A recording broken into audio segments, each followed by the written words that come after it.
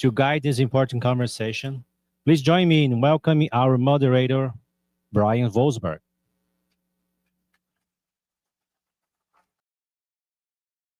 The Spiritist speaker since 2005, promoting Spiritism through lectures in several states and at a national Spiritist symposium. Professionally, Brian is a licensed civil engineer and works as a project administrator. Welcome, Brian.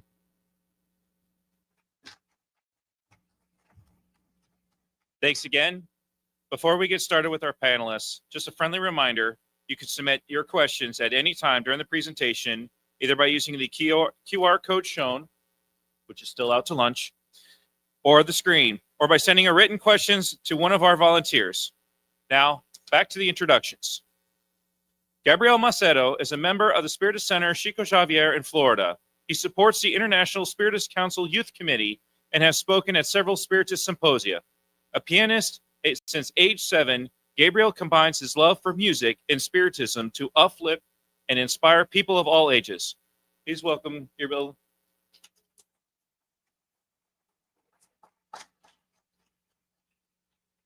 Leah Gouveia is an active worker in the U.S. Spiritist movement and a board member of the Spiritist Society of North Beach in Maryland since its incorporation in 2009. Currently, she is serving as president of this society. Professionally, Leah manages enterprise applications. Please welcome Leah.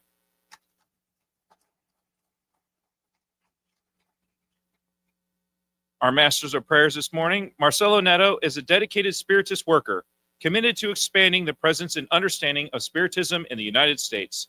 He currently serves as Vice President of the Spiritist Federation of Florida, President of Leal and Feb Publisher, and Vice President of the Conscious Living Spiritist Group in Florida. Please welcome back to the stage, Marcelo.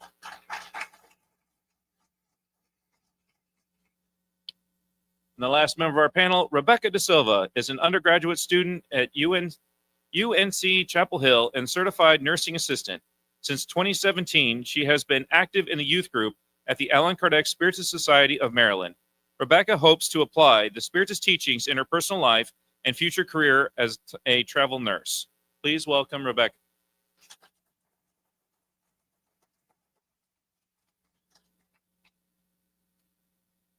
When we were starting this one, we have practical tools for elevating consciousness.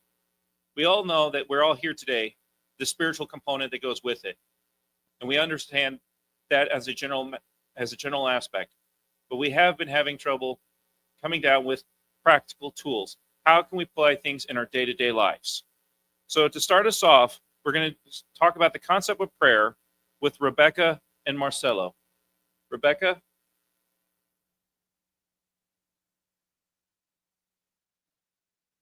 Hi. I hope all of you had a great lunch. So to begin my topic with prayer, I just really want to talk about the sincerity of it.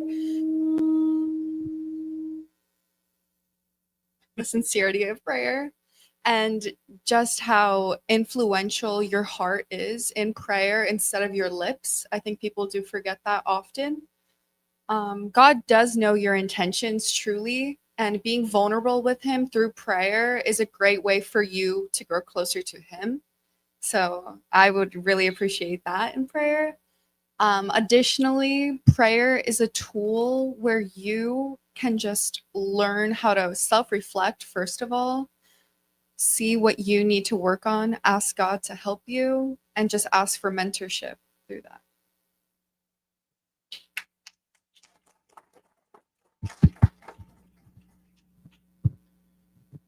Hi, everyone. It's a great pleasure to be here, and I really enjoy what Rebecca mentioned about prayer. And this is something that we quite often we see in the study groups. People are like, well, I don't have the ability to pray. I wish I have this power. I wish I have the way that you guys, they think like we are so far away, so elevated, but we, as we saw here, in all the lectures, we fluctuate sometimes. It's just like adjusting the Wi-Fi properly so we can understand that everything is within.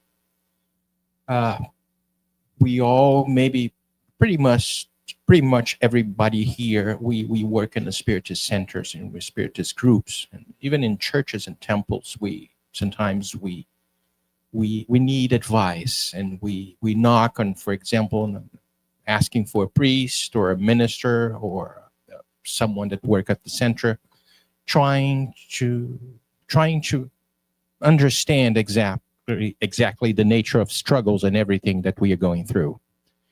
And we ask to talk to someone.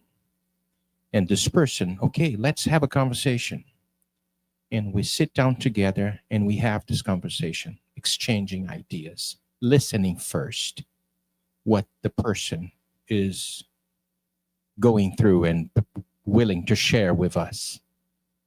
Try to imagine that God is right in front of you and have a simple conversation. It doesn't have to be memorized words. It doesn't have to be in a pattern that we belong to so many traditions, and of course, and that's why we are so much attached to the format instead of the feelings. But when we pray, you simply open your heart and ask for help. And I see this is so effective. And in the beginning, you not see quite the impact. But we saw here the habit makes perfection. And I'm sure each and every one of you, if you close the door of your heart, it's just the parable of when you pray, go into your room, close the door, and talk to God. It doesn't have to be in a specific place. Anywhere, everywhere. I saw here, I heard here in one of the lectures that I guess was Susanna was mentioning when she started her day, and she read a book, she read the pages of a book. Everything is fresh, and start to tone how she wants to behave. I know this is easy to say and then difficult to put in practice. But as I mentioned, practice makes perfection. God is always listening to us in all the time, everywhere. We are just like little fish in this infinite aquarium. This fluidic cosmic principles, you call dark matter or whatever the name you want to use. We are all interconnected. We are immersed in a sea of waves. And that's why when the anxieties and the depressions and all the struggles that knocking on our door because we have the baggage of the past, simply open your heart and initiate with something simple. God, I need help. Sounds simple, but simple things in life make a huge difference. Let's start with simple conversation with God, and the good spirits are going to be there, and you will see a whole lot difference. I see people wanted to talk maybe, and I'm going to share my microphone with Rebecca. You want to say something else? I also wanted to add the point that you are always going to be heard by God, even if he doesn't do exactly what you prayed for specifically, but you will be heard. He knows best, and we do have to trust him when it comes to that. Like, he is listening. He is aware. You're never alone. Like, you are always there with him, and prayer is just that connection. But it just has to come from the bottom of your heart, like you say. And additionally, besides just praying for yourself, there's the topic of praying for others. And I think that is extremely important in that fluid thoughts. So like, you just spread that positive energy towards others. And it's just a really wonderful tool for you to practice every day. Can I add something? Go ahead. Well, many of you already know me, and there's one figure that I love so much. and I guess I'm not alone in this room, St. Francis of Assisi, when he asked, Lord, make me an instrument of your peace. But there's hatred in this world, full of hatred. Help me to sow love. Where there's despair, hope. Where there's darkness, light. Where there's all kind of discord. It doesn't mean that we have to agree with the other statements that are being posted or presented to us. Make the difference that you want and you're wishing to see. I guess was Yuri said and mentioned Gandhi about that. Be the difference. Be the difference. Be the little point of light wherever you are, asking for help, and you will see this prayer will be answered. Maybe not in the time that we are wishing to be answered, but it's time for God, and everything has the right time to be maturing during the course of our lives, and no seeds, no prayer will be unheard. All the prayers are heard, but they will be answered at the right time. So we can maybe at this time have the lesson of patience, humility, tolerance. Maybe I'm not going to jump to the other point is about charity, because they're all very interconnected. It's just like a mosaic of teachings offered us to all of us over 2,000 years ago, inviting us first to be humble in spirit. First, let's empty ourselves from the ego that still resides inside of each and every one of us, and leave space for the mercy and the love of God to fill the emptiness that we still feel deep inside. Repeating what I said in the beginning, make us all an instrument of your peace. Thank you.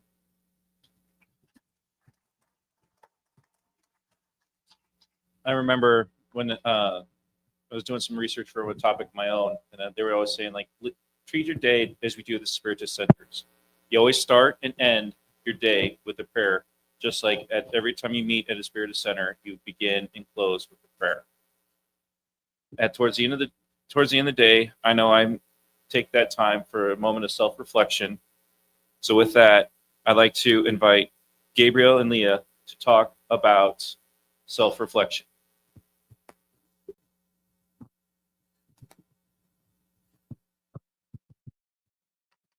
Ladies first or wiser first? Ladies first. As you know, we is the youth group, and as we learned, as we go through multiple lives, age is not something physical. So we have here the blessing of having this youth with us, which is all four of us. Which is so good to see. When we see the 19th U.S. Spiritist Symposium, it has 2 decades of hard work from both realms for us to be here today, and we start seeing the fruits of the gospel with these youth that were already born or raised on this culture, and now shedding the light of Spiritism with all of us. So it's a true honor and a blessing to be here. But going back to the topic of self-reflection, Yuri, on his beautiful presentation, he mentioned about the Spirit's book question 919, right? Which talks about get to know yourself. Something that the ancient Greek start bringing this concept to us. It's not new to us that we need to get to know ourselves in order to see what type of imperfections we have to get rid of. But at the same time, as we get to know ourselves, we also need to learn how to love ourselves, how to identify things that we already accomplished, that we already conquered, and know that this God that is all love and mercy it's out there for all of us. When you think about that, we are so unique, and we are so much loved. We should ourselves love ourselves. We should then express our love around us. And like they beautifully talk about prayer, we need to establish this communication with our Creator, because again, like it was mentioned here before, we have all the answers inside of us, but we need to access these answers and be able to talk about it. But let Gabriel talk a little bit, right? So, in my opinion, excuse a personal opinion, but I think self-reflection is one of the hardest things to practice, because you look within yourself, right? You look at yourself, therefore self-reflection. But you do like this introspection. And then why is it the hardest thing? Because you look at your own flaws. You start noticing that, wow, maybe I'm prideful. Maybe I have the evil twins that Yuri mentioned earlier, right? So that thing, just realizing that sometimes you are the one that may be in the wrong, that's honestly a hard pill to swallow. And also self-reflection, talking about reincarnation, right? We bring so many things from past incarnations that are bad and that are good, right? So take a time at the end of like a day, week, month, whenever, take a time, right? And just think, what did I do that was bad? What did I do that affected someone negatively? What did I do that could be better, right? So then you think and you're like, wow, maybe I should change this. Maybe I should be nicer to the guy that talked bad about me. Maybe at work, I need to have more patience. Or, so we are not always bad, right? We have our good things, right? Let's look at the positive sides. So you look at all the good things I did. Wow, sure, I did bad things. However, I did good things too. So how can I keep doing these good things? Or how can I improve or do these good things even more, And back to reincarnation, like I said before, right? And you already mentioned that through our reincarnations, that's when we get better, right? We come with like a list of things to be better on. And on John chapter 3, verse 3, Jesus says, to enter the kingdom of heaven, one must be born again. Reincarnation right there. Bam. Summarizes everything. So we need to reincarnate, right? It's not going to be better from one incarnation to the other. Wow, I'm going to become like Christ at the age of 50. No, I'm not. Like, there's absolutely no way. It takes time. It takes multiple reincarnations. Everything takes time. Everything has its own time. But it's not always a definite, like, oh, in 5 reincarnations, I'm going to be a much better spirit. It depends on the person.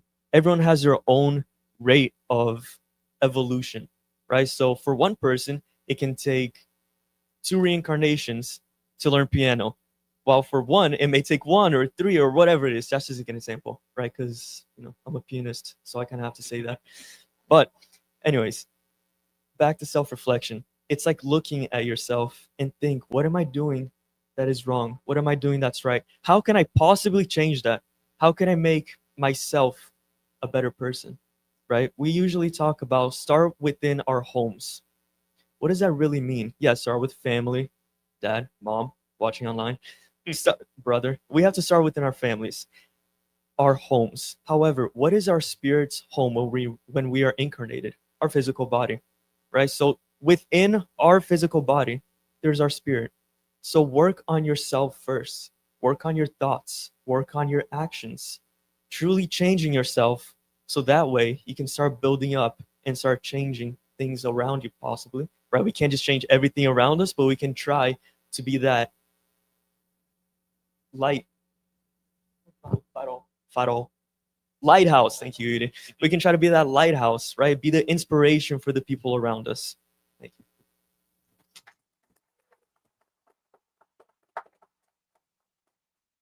I'd say hold on to those microphones because you're up next again. When I grow up, I want to see like Gabe. Remember, I mentioned about being wiser. It's not something biological. Thank you so much. Very proud of you.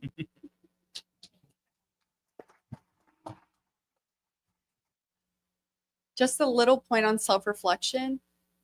Since our panel is talking about all the practical tools that we can use, I think that doing this daily, like at night, would be very helpful to us. Starting our day off with that prayer, setting our intentions right, and then at the end of the day, coming back, reflecting on your thoughts, your actions, and really seeing where you have to improve, and then acting on that, which is what Spiritism is all about. Not just your thoughts, but your actions, truly, like they were discussing. As a person said in antiquity, know thyself. Yes, on the same question, there is St. Augustine who really give us the step by step how we can get to know ourselves.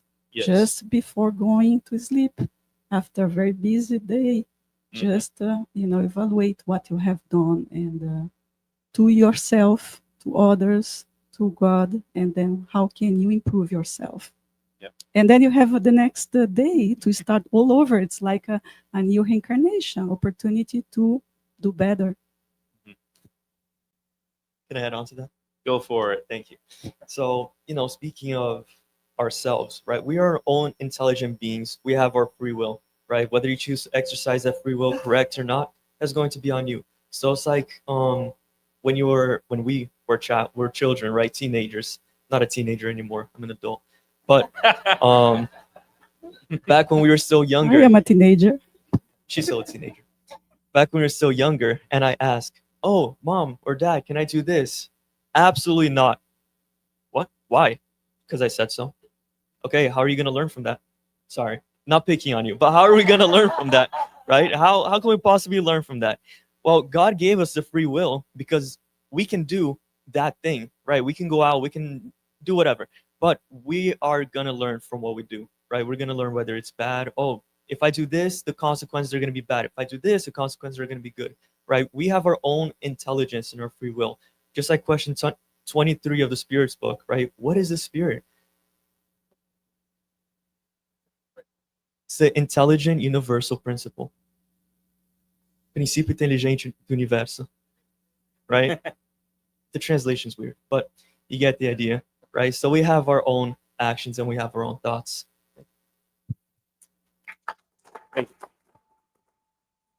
It's funny for me listening to you because I've seen you play at so many of these other symposiums and meetings where you've been out there on the piano playing, and it's like I keep thinking about the reflections that you have. Like when you're having a bad day, I'm sure it translates into the piano, and then or other days when you use the piano to improve your mood.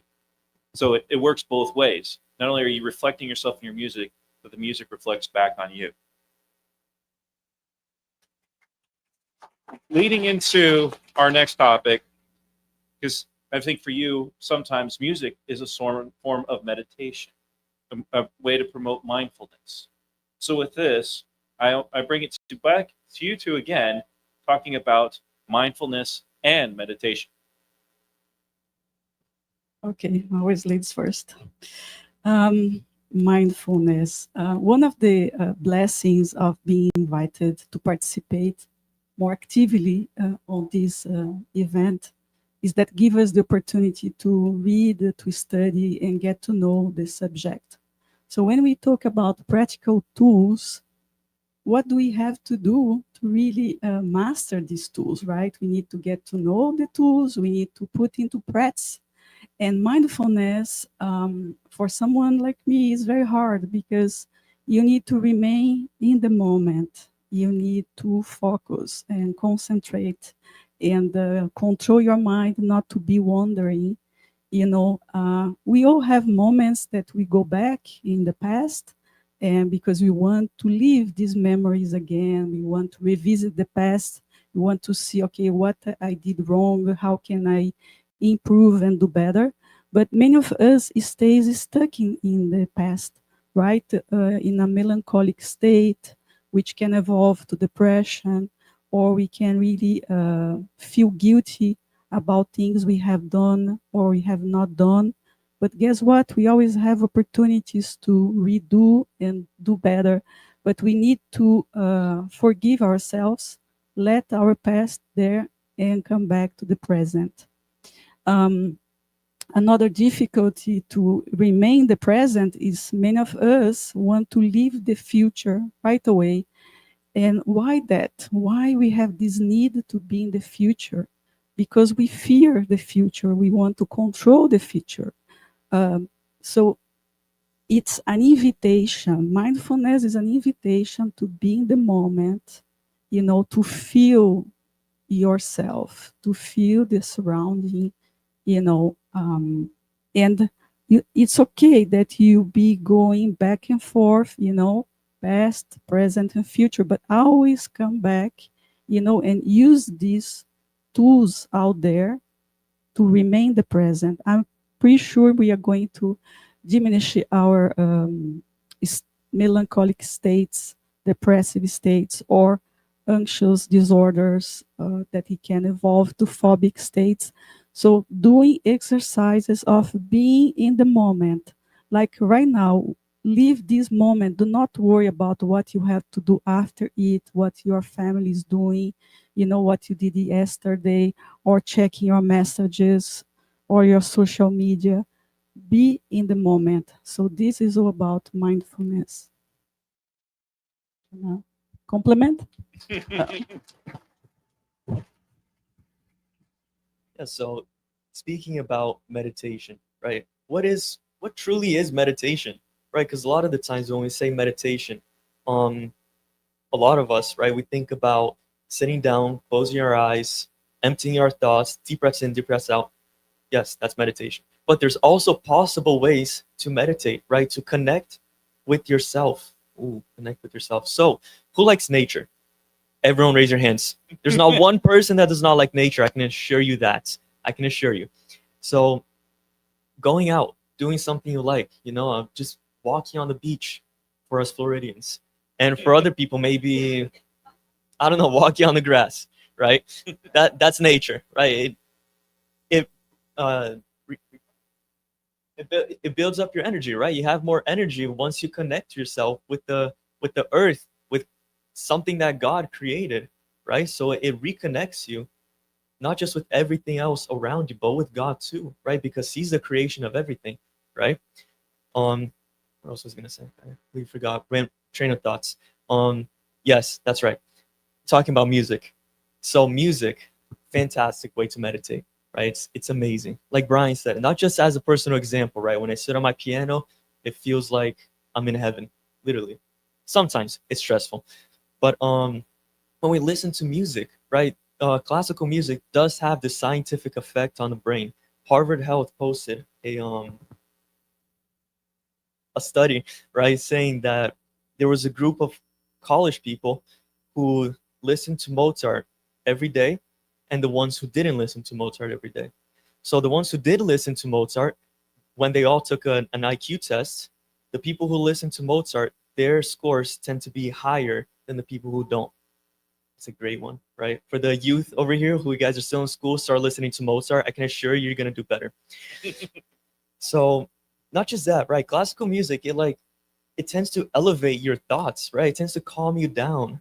Other than, rock. Rock is great for the gym. But when you are at home, when you want to relax, when you have a busy day, when you've had a tough day, you're mad, angry, sad, whatever it is, right?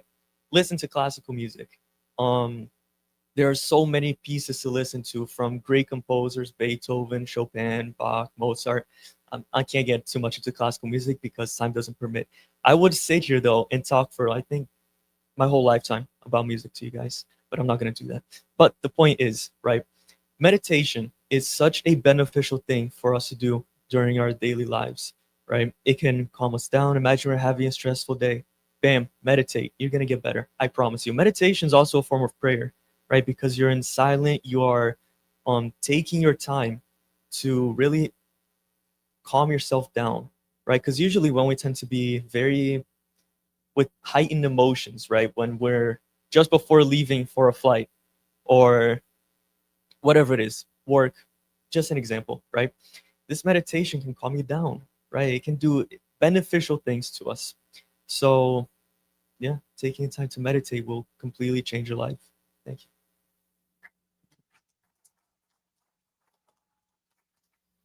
And it's not hard. We need to get to know these tools and practice, and they all complement each other. If we learn to establish a connection with our Creator, with our Master Jesus, with our mentors, with the spiritual world through prayer when we ask for advice, when we ask for help. But we can also praise God, right? Which is another way to communicate with God. And the same way we talk with God, we need to allow God talk to us in the silence of our hearts, like Mother Teresa used to say. And allow yourself to pause in your busy days, in your busy lives, to get connected with the superior world, because we belong to this spiritual world. If we just live a material life, we are not going to feel fulfilled. We are going to feel the stress. We are going to feel the anxieties, the fears. So we need to center, have a more balanced life, and use these wonderful tools that we can find on the Spiritist literature that can help us so much.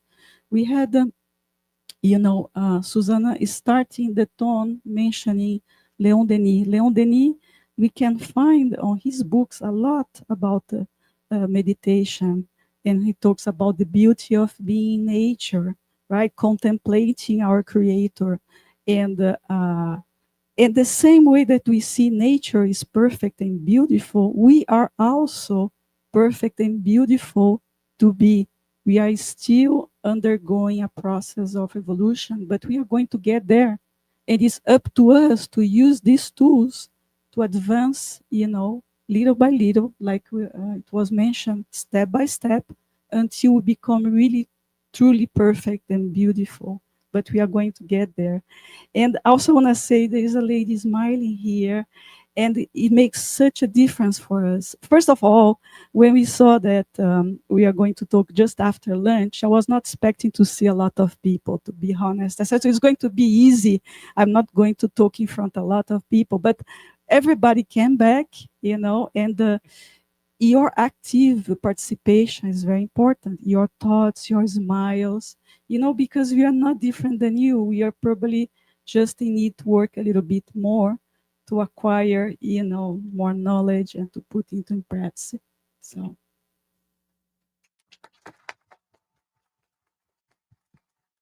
And for those of us that, well, I'm a jack of all trades, master of none. So I play with all different things, painting, sculpting, writing, along with singing and things like that. But it's like you can find meditation in nearly any activity you do. We met the embroidery that was mentioned earlier is ways to connect.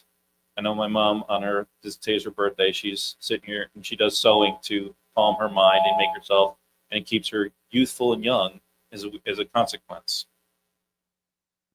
But now, back to Marcelo and Rebecca. Our last practical tool for this panel talks about charity and service to others, which we know, Rebecca, choosing nursing as a field, this is going to be very strong for you. Being a service to others, as well as being charitable with your time and energy, helping those in need. You want to start us off? So for charity, I think we do think a lot about material charity, how we give to others, whether that's helping the homeless, like through your actions, or physically, like through money. But there is also charity of the heart. So just giving some time throughout your day to listen to your friends, to listen to those people who need to be heard. It is very essential, and it benefits the both of you. Like just that person knowing that they feel heard and you doing that for them, there are reciprocal benefits to that. And also a topic that is super forgotten about in charity is charity to yourself. As we're talking a lot about meditation, reflection, beating yourself up over and over about a specific problem is not going to help.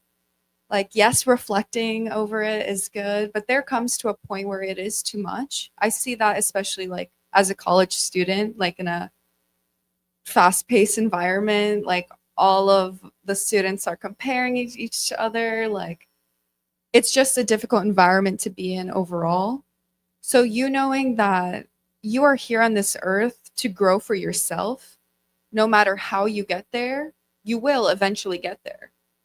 But just take practice into every day, take it slow, take each interaction with someone as an opportunity to grow, and without forgetting that growing only comes through the uncomfortable. So putting yourselves in those situations, whether that's public speaking like us, even volunteering, that is great. But it can be small, like listening to your friends, you know? So.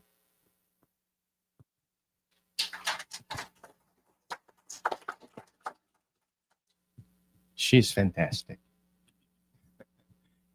I charity, this word is, as Rebecca mentioned, right in the early ages of the acquiring a little bit of knowledge of the Spiritist teachings, was basic, related to material help, giving food to a homeless, a shelter, a blanket to someone that's feeling cold.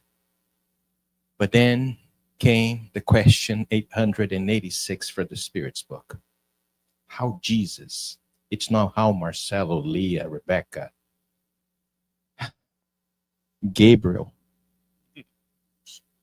Weird, yeah. Sometimes this is age, all young people here, and sometimes there's a little glitch inside of our mind.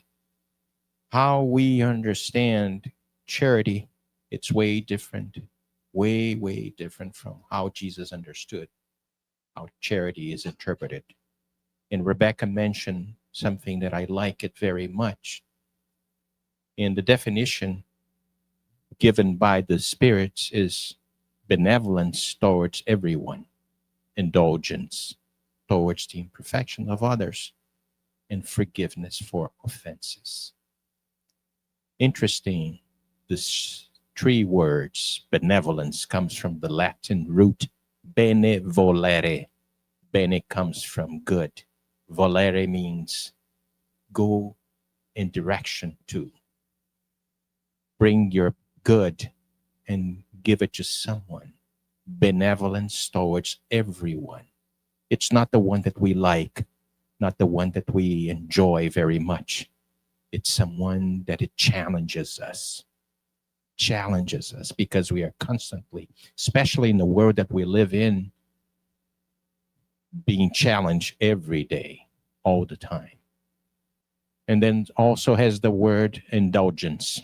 In means inside. Indulgence means sweet, dulcere, the inner sweet that we have to develop within towards the imperfections of others, because we all have a lot of imperfections. And we also deserve and really want to receive indulgence. And the most challenge is the forgiveness for offenses. Forgive. Give something else. Give yourself. Even for you. And she mentioned forgive yourself, because sometimes we're stuck in guilt that crystallizes inside of our heart because we have a baggage with wrongdoings. And that's why reincarnation is a blessing that invites us to dive again into flesh. And Gabriel mentioned that we need to be reborn again in a new experience of life, facing the same obstacles, of course, in small dosages, so we can learn how to be a little more good, benevolent, a little more sweet, indulgent, and practicing a little more forgiveness. This opens up in such a way that it brings us the notion of charity and invite us to be changed in such a way. It might be something very simple and maybe not very well understood, basically because other religions, other traditions simply gave this kind of formula to us, but not explaining that we came from a past more attached to the sword than to the love of God. but this pathway of redemption, finding ourselves a little more within the nature, the true nature that we are all belonging one day and experiencing with way much profundity, is the destination that we all have. We live in a world of trials and expiation, in the border of regeneration. I was listening to a message dictated by the Spirit, Bezerra de Menezes, channel by Divaldo Franco in 2010. This was in Brasilia. And he mentioned that we are invited to be challenged. Not simply, we have being here, speaking and memorizing a few words, a few questions. It's easy. It's very easy. I know it's difficult. I'm not diminishing the fact that we are here. But putting in practice everything that we say, that we preach, and putting into actions outside, it's the great challenge. And it's because we said too much in temples and churches, so distant of our actions outside in our real life, that we create so much disagreement and disbelief that what exactly you're talking about Christ, about this forgiveness. Be the change that you want to be. Be someone more charitable, practicing benevolence towards everyone, indulgence towards the imperfections of others and ourselves. Forgive yourself first and forgive others. This is the duty that we have to embrace each and every day. And of course, it's not going to be easy. It's going to be challenge, a lot of challenge. But Jesus mentioned, and was mentioned here, too many wonderful lectures we heard here. You can do what I do and much more. Thank you. She wants to say something. So when it comes to charity also, let's think all about fraternity. That is how we grow as spirits. That is something that you should always keep in mind when moving forward with your life. Yes, of course, it's about inner reflection, as we were talking about meditation, stabilizing and centering yourself with you and with God first, so you can apply all of that to everyone else that you see and hear and talk about. It's like gossiping in college, extreme like topic, but what good does that do for anyone? Think a practical tool might be like thinking, is this going to benefit me or to harm me? Is there any benefit at all? And just keeping that in mind along with what Jesus would do. And if the majority of people did what you did in that moment, would society as a whole become better or worse? And that's what I like to think about when I'm going through challenges. If I can add something from an old priest from the past, God loves you. Thank you, panel. Before we leave and before we depart, I just want to say one quick comment, but with charity. One of the things that always brought to my mind is even though we ourselves have to give charity and be a service to others, let us not forget that we also have others that will go with us on the journey. Just as Jesus had his disciples, we also can rely on our friends or people from within the center to help us with these, whatever our task may be. We can always find help, whether it be from God, whether it be from the center or your family, your friends. When you do give charity and serve of others, you usually find that there will be others that will come back and help and serve you as well. With that, thank you, panel, for this wonderful thing.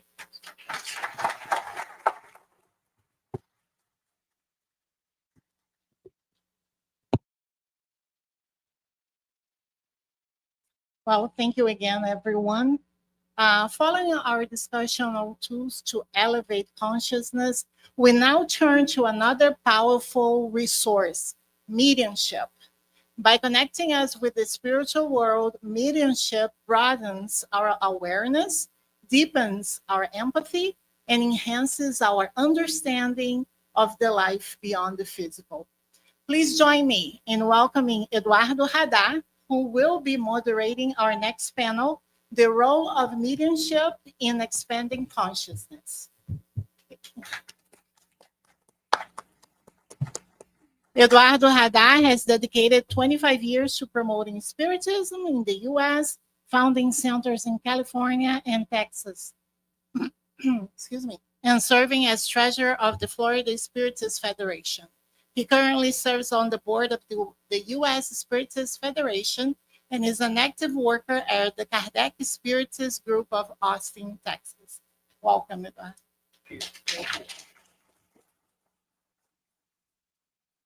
Thank you so much. Talk about the hard act to follow. The previous one was just wonderful panel. Thank you. Thank you all. We talked about AI, so I want to get one thing out of the way. I'm not a AI. I am a real person. And can you even imagine the prompt to create this? Don't think about it. It's going to mess up your head. Impossible. Now it's such a pleasure to be here. I want to take a moment just to express how joyful this moment and this day is for me. I speak for me. First, because if you have seen a lot of tags with the name Haddad, you're not seeing double. It's just that I have my whole family there, my 3 boys and girl, and my wife and my sister. So a lot of us are here today. I'm very proud of them because I know it's a sacrifice that everyone is making in being here and that they are making, and it makes me so proud. Also, seeing so many friends, old and new. And I know the lectures are fantastic, and this next panel is probably going to be the best one of the day, I have to say. No, just kidding. But it's seeing all of you, and it's seeing the hugs. I love the hugs. And it reminds me of Jesus, because Jesus said that my disciples are going to be known for loving one another. And I think this is what we are here. We are aspiring disciples of the Christ, and just seeing everyone together is just fantastic. But, thank you. But we are here to talk about a very important topic, which is the role of mediumship in expanding consciousness. It's a topic that is not only fascinating, but it is at the center of Spiritism. If there wasn't mediumship, we would not be speaking about Spiritism. That's how it was born. And as we know, Spiritism encompasses philosophical, moral, and scientific aspects, as I think Luis said it so well. You know, you have different entry points into Spiritism, but at the heart of it is the understanding of mediumship. And when Kardec first encountered the phenomenon of spiritual communication, he approached it with the rigor and methodology of a scientist and educator that he was. And what he found just mesmerized him. It was at the center of everything, and with the potential of revolutionizing how we would understand life and life after death. When we think about mediumship, we always think about communicating with those who have passed on. And while this is important for an important part of Spiritism and mediumship, today what we want to do is go much deeper than that, and really investigate and understand how mediumship can help us get to a higher version of ourselves. So I could not have asked for a better group of panelists to be doing that with me here today. And I'm going to invite all of them here to the panel, good friends, old friends.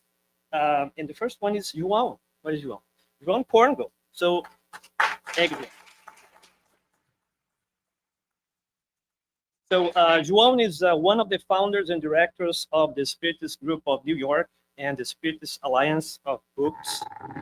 He began studying Spiritism more than 30 years ago and has been one of the directors of the Mediumship meeting at SGNI for the past 20 years. He's also responsible for study groups that focus on the basic books of Spiritism and on the André Luiz collection.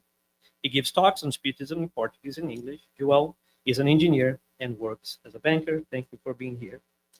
Our next panelist, is it Andreia? Let me see. Who is? Can you click? No, I knew you guys switched on me, but I'm thinking here, so I'll hold for Andreia. It's Peter. So thank you, Peter. Peter is a worker at the Spirit Group Love and Light in Newark, New Jersey. He's also the current outreach director of the United States Spiritist Federation and an active participant in the Tri-State Spiritist Federation.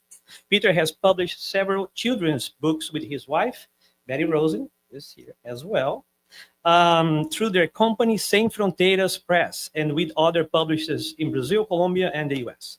Having a long background in theater, he holds an MFA in dramatic writing from New York University's Tisch School of the Arts. Thanks for being here, Peter. And now, the best for last. No, I'm kidding. We all were best.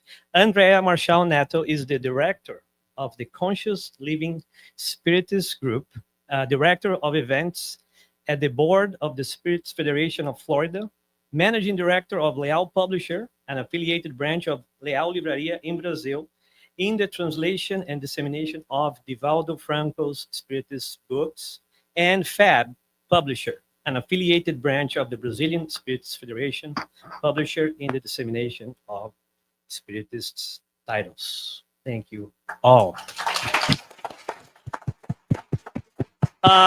Just a reminder, if you have questions, there will be a Q&A, not during this session, but after the coffee break, right after this session. So write down your questions and we'll get to them during the Q&A. So let's start by examining how mediumship bridges the physical and spiritual realms. I'll pass the mic to you, João, to get us started, please. Hi. Hello, everyone. Welcome. It's very nice to be here. It's an honor to be amongst these friends here in this panel. And it's a hard act to follow, the previous one. I think this is a younger version of the previous panel.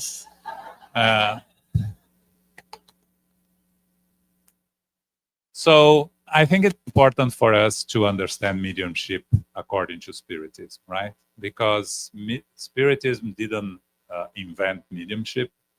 Spiritism just gives us a tool on how to understand and develop our work with mediumship. Mediumship is the communication between the spiritual world and the physical world. And in order to do that, we need mediums. Mediums can be of three different aspects. You can be a psychic medium, which is more of a psychic in a way, because you have clairaudience, clairvoyance, you have intuition, but you are not really bringing messages from the spirits. You are bringing your own experiences, interacting with the spiritual world. And then you have mediums of physical effects and mediums of intelligent effects. Medium of physical effects is the ones that all Spiritism started with, the mediums of physical effect. The noises, the raps, the table turnings. These are produced by mediums that are capable to allow their energy, ectoplasm, to be used by the spirits to produce the physical phenomena. But more important and relevant to us spiritists is mediumship of intelligent phenomena, which is the psychography, the psychophony that mediums use to bring us messages from the spiritual world. Now, different from what you see in different places, in Spiritism, mediumship is used as a tool to educate us incarnate spirits, for us to assist the discarnate spirits, and also, like it is seen out there many times, for them to bring the messages that will enlighten us. And we have many Spiritist books that are brought by these spirits through different mediums. But one thing that is very important in Spiritism, mediumship is not a spectacle. Mediumship, it has to be used to help us grow morally and intellectually, us here incarnates and discarnate ones. So we generally don't use this type of events to have mediumistic productions, let's say. Why? Because demonstration of mediumship just fuels our curiosity, but doesn't really help us grow. So that's very important.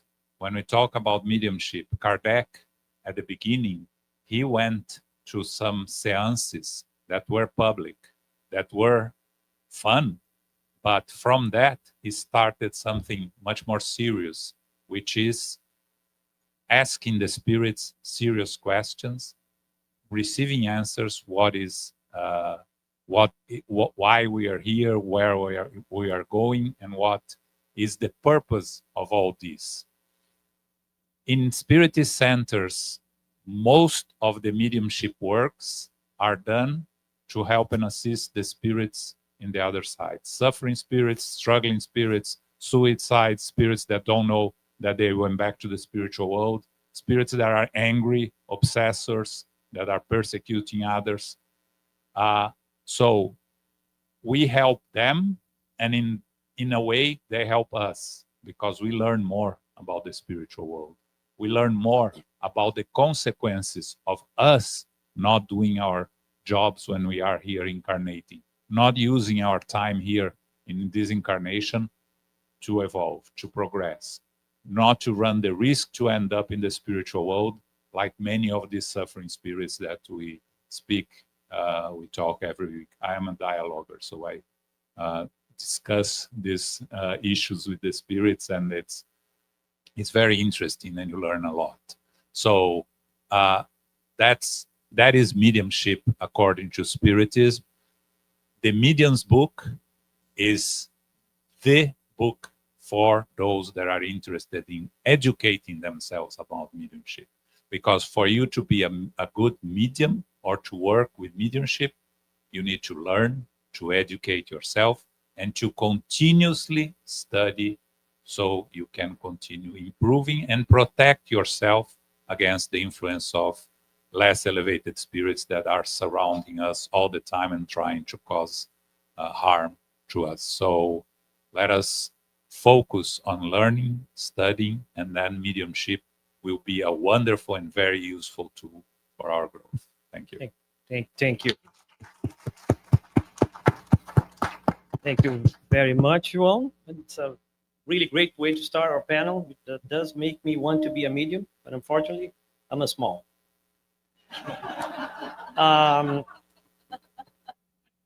Let me, just before we move on to the next main topic with Andreia, I do want to have some quick questions here with our other panelists. Peter, does everyone have mediumship? Yes. Yes, everyone has some capacity for mediumship, but not everybody is what we call an ostensive medium, meaning you actually can do psychophony, psychography, and so forth that João talked about. But in terms of intuitions, inspirations we may get, are they only coming through us, or are we getting help from the other side? It can be both. Thank you. So João mentioned that he's a dialoguer. So Andreia, are you a medium, or do you work in mediumship in any capacity? I am a medium. but I also do the dialogue at our mediumistic meeting. Yes. Very good. And the reason I say this is because when you are at the moment where you are conducting the dialogue, you're also being inspired.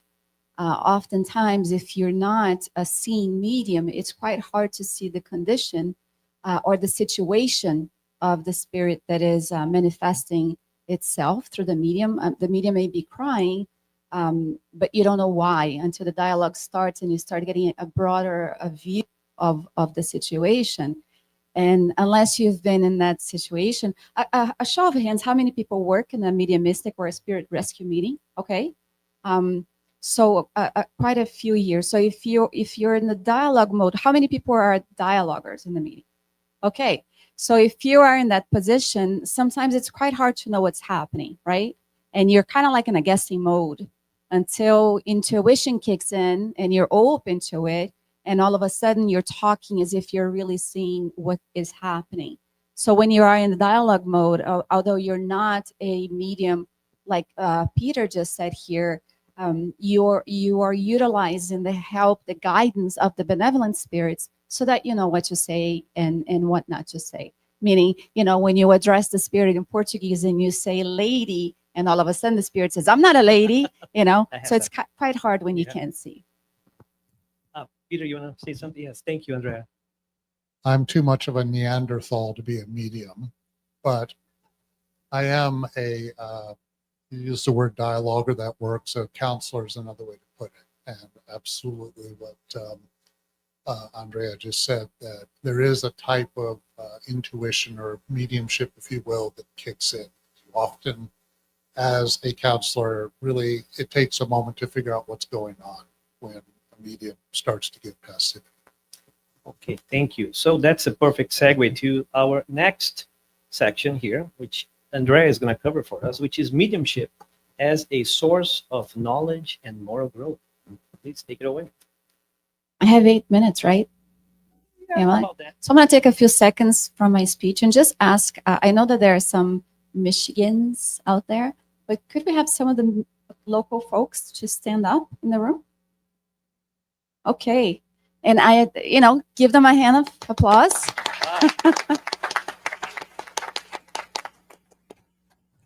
The growing Spiritist movement in Michigan, thank you for hosting us. It's really great to be here. As João started off really well, Allan Kardec on chapter 29 of the Medium's book, the Medium's book is really also important to read and study again and again and again. On item 324, he's going to remind us that there are 3 types of mediumistic meetings. Back then, he gave us an idea. He talked about the frivolous meetings, that which were used mainly for those who were interested in the phenomena. There was also what he would call the experimental meetings, which were the ones that gave up to the aspect of the phenomena. And it's actually really important because it did give us an idea of this bridge between the 2 worlds, the physical and the spiritual.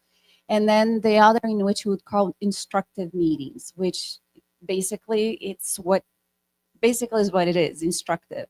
And he would categorize it. I have cheat notes. We do that in college, right? Cheat notes.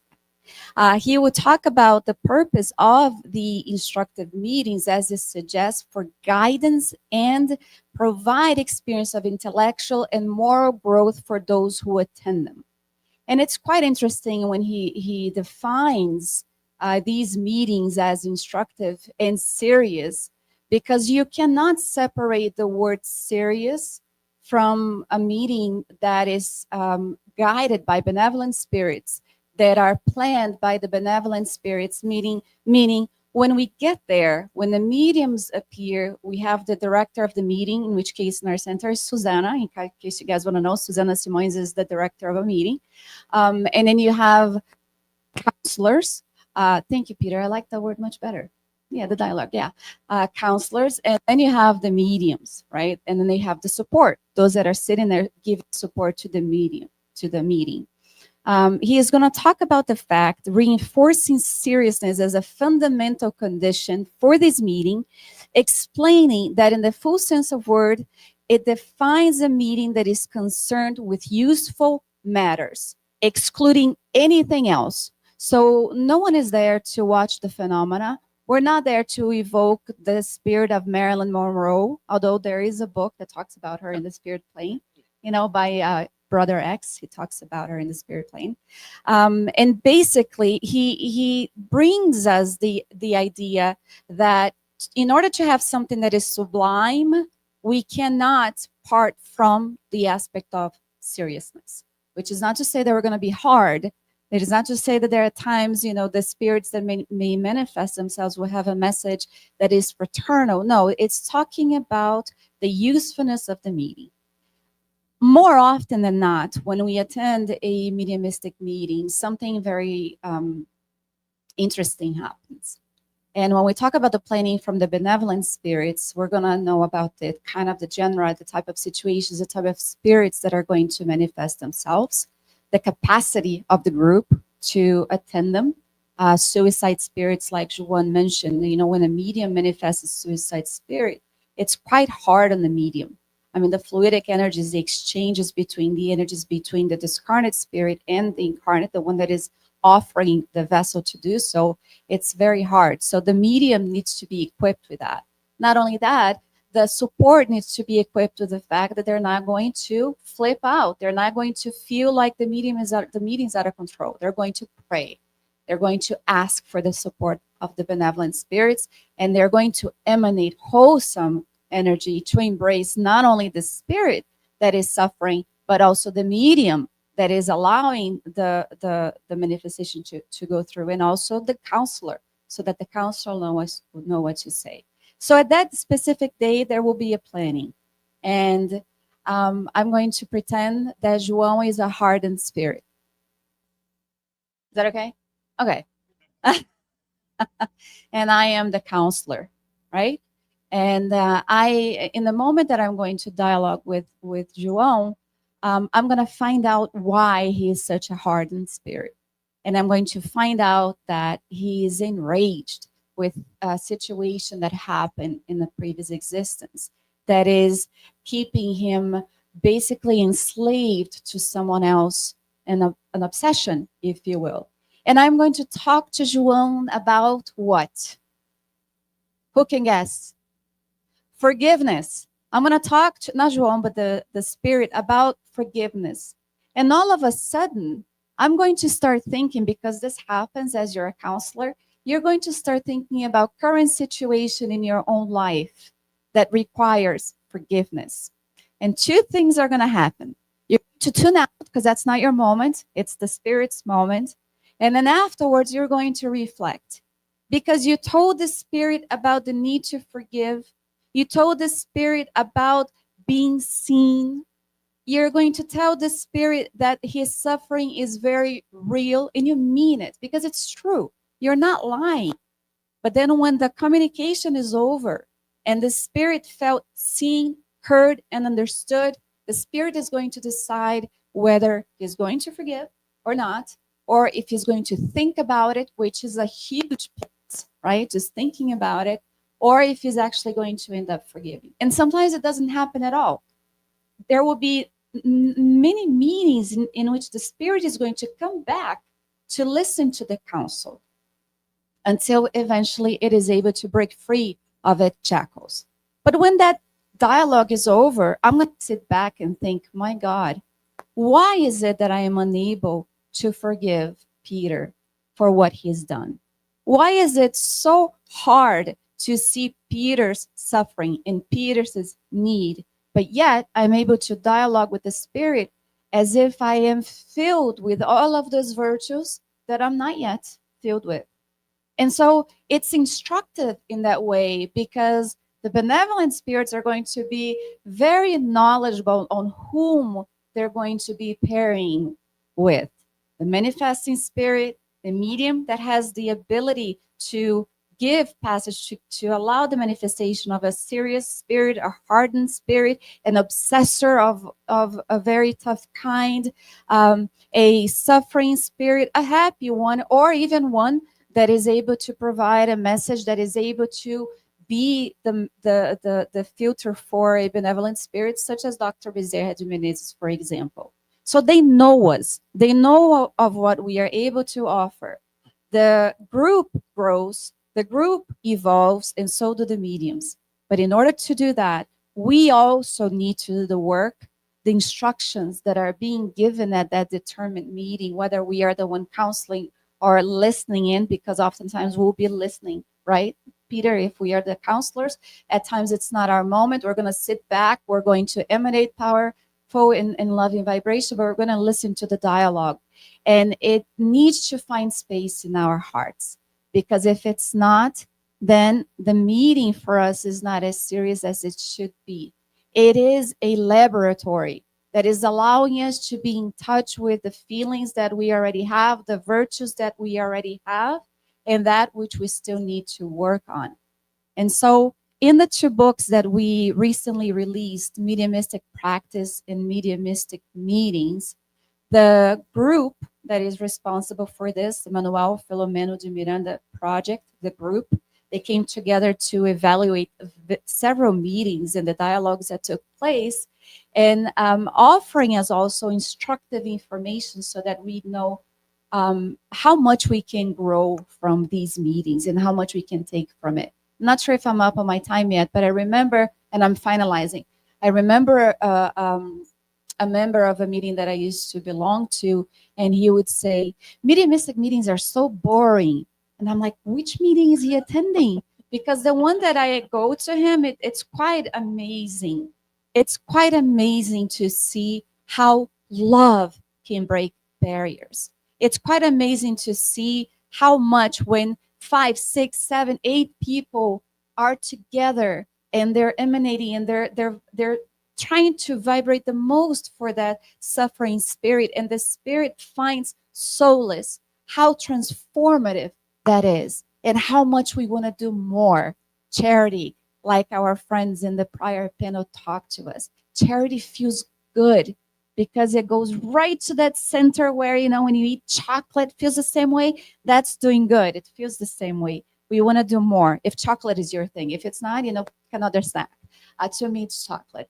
So that's what it is. So just to finalize, we're going to remember the book, The Messengers, in which Andrea Lewis is going to bring us information that spirit plane, masses reincarnate, being ready, being prepared for the mediumistic mandate, not only as mediums, but also counselors and the support. But he's also going to remind us that masses of reincarnated beings fail miserably, because it's not only about the work, it's also about putting in the effort to become better as we do the work to try to speak to someone else. So it's not only talk the talk, it's walking the talk. So Thank you. Thank you. Thank you so much, Andrea. Such great description of how important this work is, how rich, how multifaceted it is. And before we move on to Peter with our next topic, I do want to ask. I was thinking as you were talking about the work, and I want to ask João, can the spirits lie to us, or can we see right through them?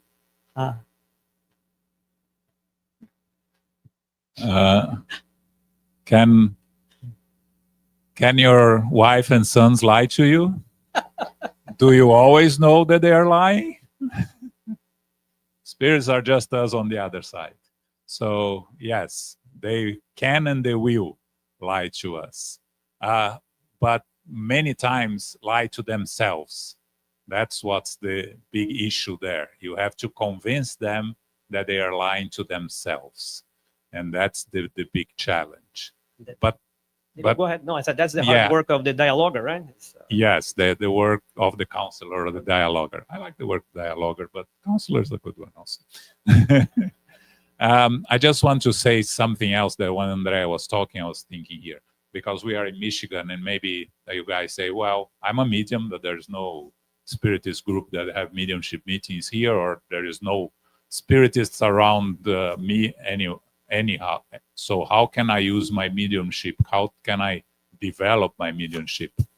we use our mediumship every time we are helping someone, providing assistance. You volunteer at a hospital, you volunteer at a shelter, you volunteer at giving food, you volunteer giving passes, you volunteer at listening to that person that in your family that is in trouble and needs to vent, and you are there to listen, not to say anything. You are using your mediumship and you are not going to suffer from it. Okay? Go ahead. Sorry.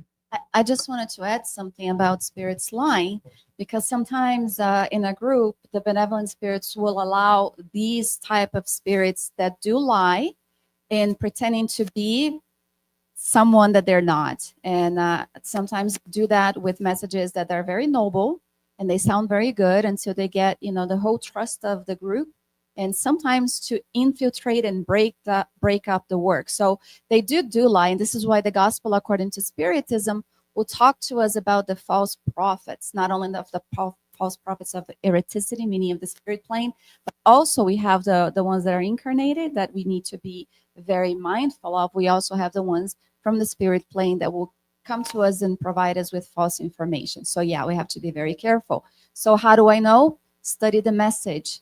And the entire group, if they're very aware, someone will be able to realize there's something off there. And eventually the entire group hopefully will be able to catch on as well very quickly. Well, that's a perfect segue to Peter's next section, which is going to talk about that absolutely, which is mediumship as a path to self-development and discernment. So please, Peter. Okay. Thank you, everybody. It's a pleasure to be here. Thank you, Eduardo and João and Andreia. So this brings us to a critical point.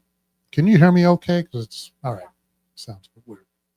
This brings us to a critical point. If mediumship is a bridge and a source of knowledge, then how do we ensure that the traffic on that bridge is safe and the knowledge is reliable?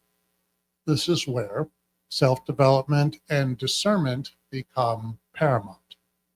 Let's ask ourselves a simple but perhaps kind of tricky question. Since all of us have some capacity for mediumship, what kind of spirits do we attract into our lives every day? Well, Kardec points out in the Medium's book, warns us really, and Andreia just mentioned it, that just as there are spirits here on earth, people of all intellectual and moral levels, spirits in the spirit world are the same. A medium can attract spirits who are wise and benevolent, but also spirits who are trivial, misleading, and even malicious. And what determines the quality of communication that's received from a spirit? Kardec leaves no doubt. It is the moral character of the medium.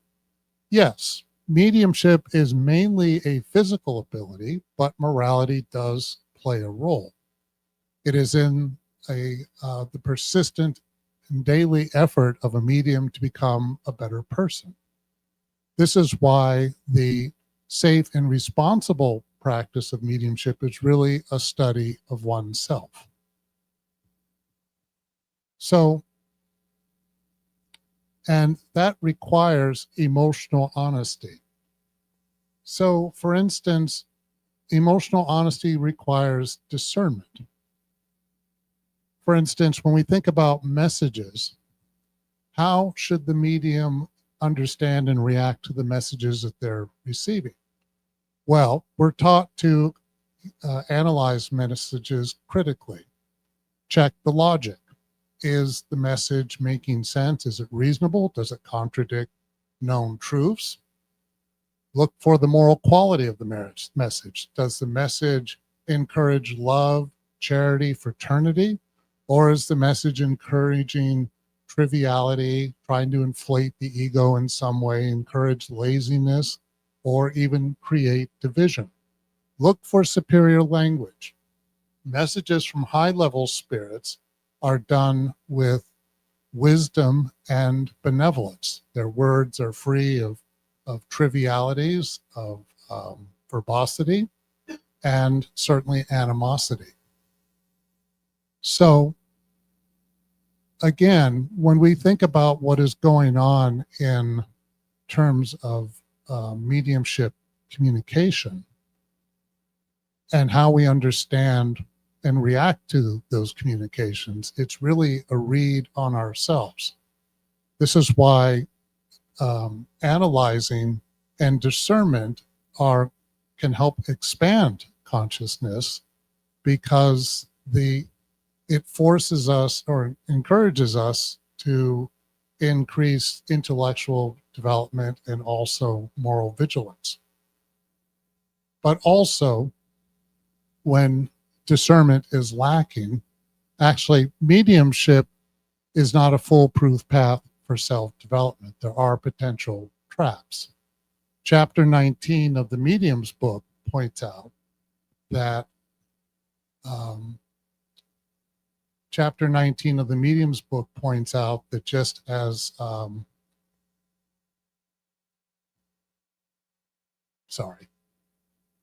Chapter 19 of the Medium's book does point out that it is possible for us to lose sight of what we're talking about. Well, Oh, funny.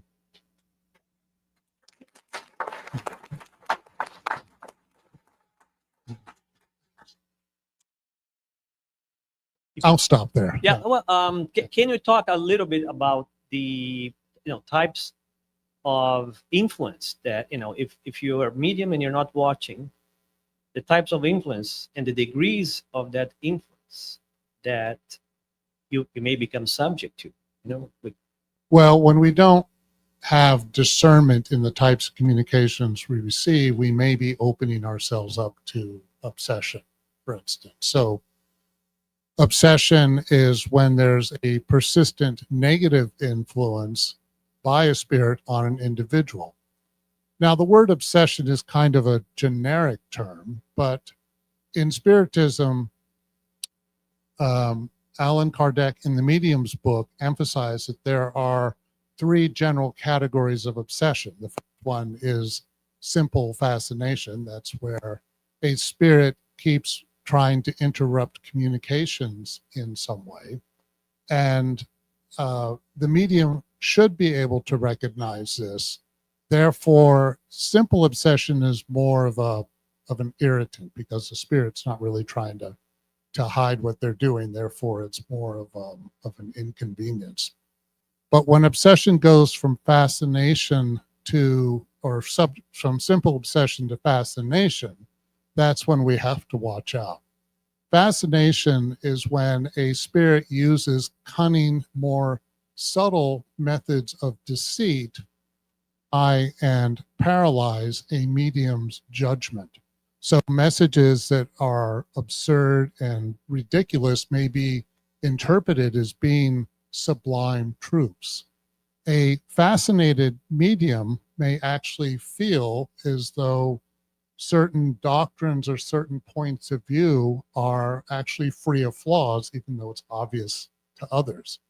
So if a medium were to lack humility, fascination can turn into a kind of vicious cycle, really a catch-22, to reference the American novelist Joseph Heller. If a medium clearly needs help, and yet the medium is not willing to take responsibility by increasing discernment, then how does the medium get help? So on and on it goes. This is why when we think about the way of combating the threat of fascination, it's important to emphasize self-discernment. And then the third and most severe form of obsession would be subjugation. That's where a spirit is able to actually begin to control the free will of an individual, and possibly even control their body. Tragically, sometimes those who are the victims of subjugation may do some strange and bizarre things, including violence. Subjugation is the worst form of obsession, but fascination is more common. Fascination can spread like an epidemic. History is full of widespread fascination. Thank you, Peter. Absolutely, yeah, yeah. And if I may, because as you were mentioning, just this last bit here, right? As you said, unfortunately, we do have many stories of failed mediums who let themselves be fascinated, and then again, we don't have to name names, but it's one of the obstacles that we spiritists find, because when others hear about this, they remember the failed stories, and sometimes we have to be the ones reminding them of the success stories. So on that, does anyone want to mention, like, what mediums in the recent past would be considered, real success stories or examples of what we should be or try to be, right? Aspire to be as mediums. I think Andreia was very close to a very famous medium that recently went back to the spiritual world, so she can talk about him, right? An example to all of us. Well, when we last visited the Mission of the Way, not this year, but the year before, I just wanted to say that when Divaldo Franco, by the way, talked about coming back, he would say that he wanted to see every heart he was close to in the United States, and that meant everybody. So I just wanted to say that, everybody here. And one of the things that he would say is that, first of all, he received the medals, all of the Accolades that he received, he would actually transfer back to Allan Kardec and Jesus. One, because with Jesus, he wouldn't be anybody, and the work that he was doing, also because of the instruction that he received from Allan Kardec, the codifier of Spiritism. But he would say that applauses were they were not very good tools for encouragement, because even at his old age, he could fail. And so he was always very aware of this fact, because we talk about not being pure and not being perfect yet. And one of the things that still holds us back is, with pride and egotism. So he would talk about, the fact that he was very much aware that because of the fact that he was not perfect, his work could completely go down the drain if he was not aware and if he was not vigilant constantly with prayer and meditation and uplifting readings, so that he wouldn't fail at the very last age. I mean, Divaldo was 98 when he passed away, but even at 96, 95, 94, he would talk about this. And I'm not sure if you remember the end of an example that he used was an old clown at the circus, and there was a young one. There was an old clown and a young one. And they were going to walk the thread. You know how to call that thing? When you walk through a line? Yeah. And everybody came to see the clowns. And the young clown was very enthusiastic. And he's like, look at all these people. They came here to see me, right? Because he was still immature and he was still kind of building up to what he was to be. And he said, the old clown said, actually, they're here to see if I'm going to fall today. So this is the thing, how audiences are always applauding and giving props to mediums and writers and speakers and everything else. But there's always one person that is keeping out to see when somebody's going to fail. And Divaldo Franco, through, Joana de Angelis, will always remind them to be faithful to the mandate and to Jesus, so that the work would not be compromised. Thank you very much. I would say he was successful. And just to finish on this thought, right? If you want to look for the true missionaries, look for their humility. They will never recognize they are missionaries. If they say they are on a mission, they're not. That's a great, thank you. Thank you. Thank you so much. I couldn't have asked for a better ending of our panel here. So We couldn't ask for a better moderator. Yes. Absolutely. Yes. I think I talk about you. Thank you so much. So what a feast we got here. João talked to us about the basis of mediumship and the bridge that it is between the physical and the spiritual realms. Andrea, talked to us about how much of a school this practice is, this faculty is, and how much it causes us to improve. And Peter gave us a lot of really good tools on how to make sure that the message that we get from these communications, for example, are true light, right? And that we don't fall on the traps, into the traps that are out there for us. And a great example, we're gonna, actually, it makes me a little emotional just to remember Divaldo, right? It's our first year without him. It's very hard for many of us to continue on, but his spirit is very strong and is very present and continues to inspire. So with that, I want to thank my fantastic panel and all of you for your attention. Thank you so much.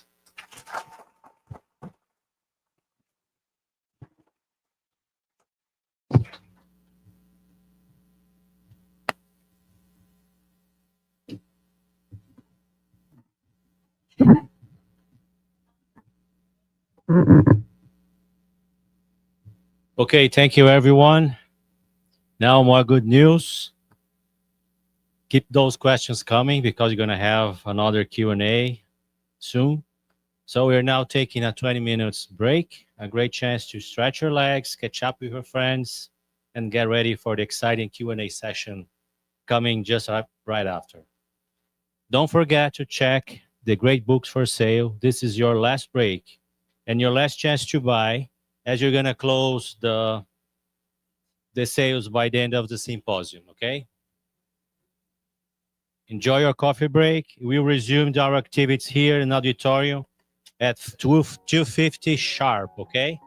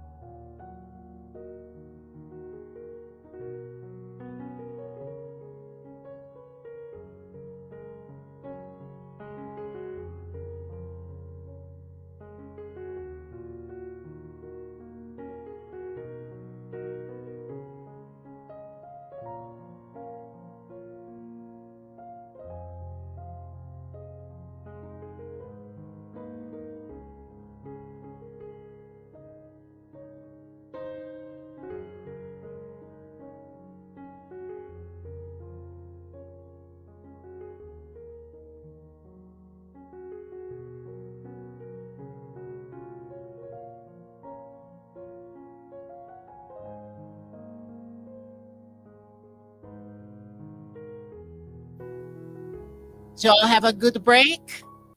Good coffee? Yeah, ready to start? Okay, welcome back.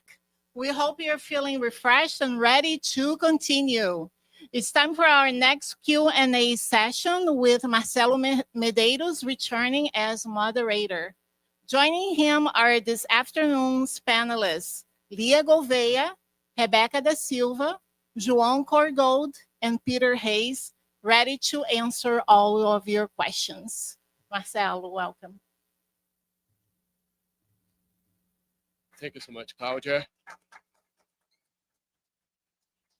And thank you again for coming back. We had a lot of questions, especially about mediumship. We'll do our best to try to answer all the questions, but in case we cannot do that, I already apologize again for that.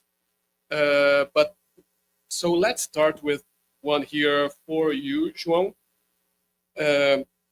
Andrea Luiz mentioned that in the future, there will be a mechanism to connect incarnated and disincarnated. What is your opinion about broadening this connection? And in case one day we do have this connection, like people connecting incarnate and discarnate all the time, what will be the role of the medium, or will we still have a medium?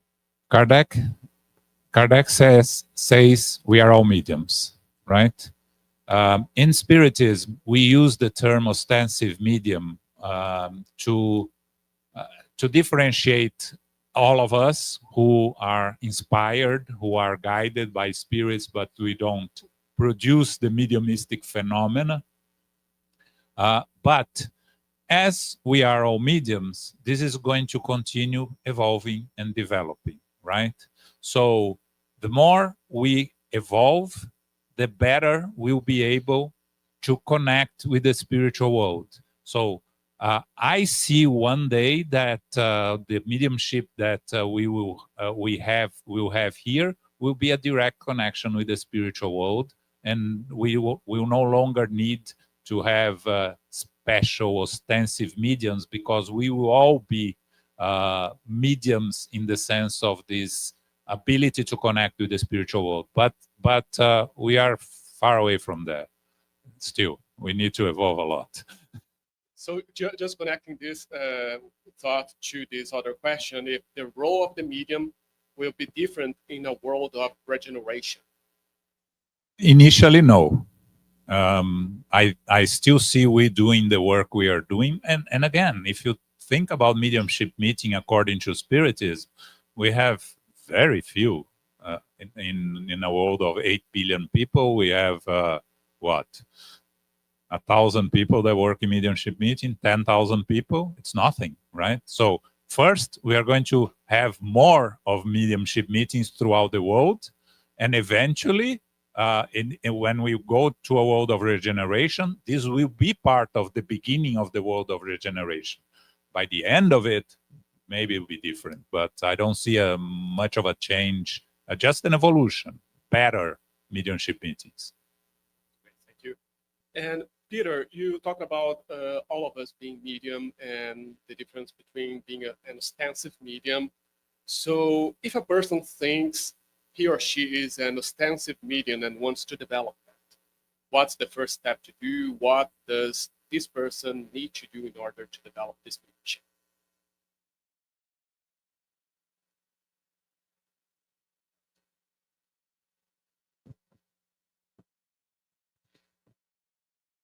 If there's a Spiritist center in your area, that person can certainly go to the Spiritist center and start to learn Spiritism. But the more one can study Spiritism in general, whether you do it online, it's even better, of course, to do it in person at a Spiritist center.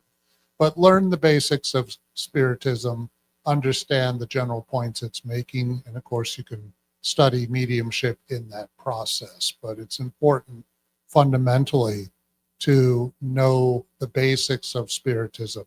For instance, people who come to our center or any center and they are interested in mediumistic meetings, okay, but in order for someone to participate in a mediumistic meeting, you need to be familiar with the foundation of Spiritism. You probably need to spend easily a year at a center quite possibly longer. In Brazil, it's much longer than that, as I understand it. So you need to be conversant with the basics of Spiritism, and that becomes a vehicle for moral improvement and self-knowledge, which then allows you to understand how to navigate mediumship. Thank you. Now let's go back a little bit to the first panel. Leah, do you think that mindfulness can help us to know ourselves and distinct which thoughts are ours and which one is coming from the spirit around us? Absolutely. It's part of this self-knowledge, self-awareness. And then if we get to know ourselves, then it's easy to identify what comes from me and what comes from the outside, right? So if, let's say I normally have positive thoughts and suddenly I start having negative thoughts, I can easily identify that it does not come from me, right? So it's why it's so important to get to know yourself. And we need to understand that we are spiritual beings, so we are in constantly connection with the spiritual world. And talking about mediumship, knowing that we are all mediums in some degree, we are always in contact with them.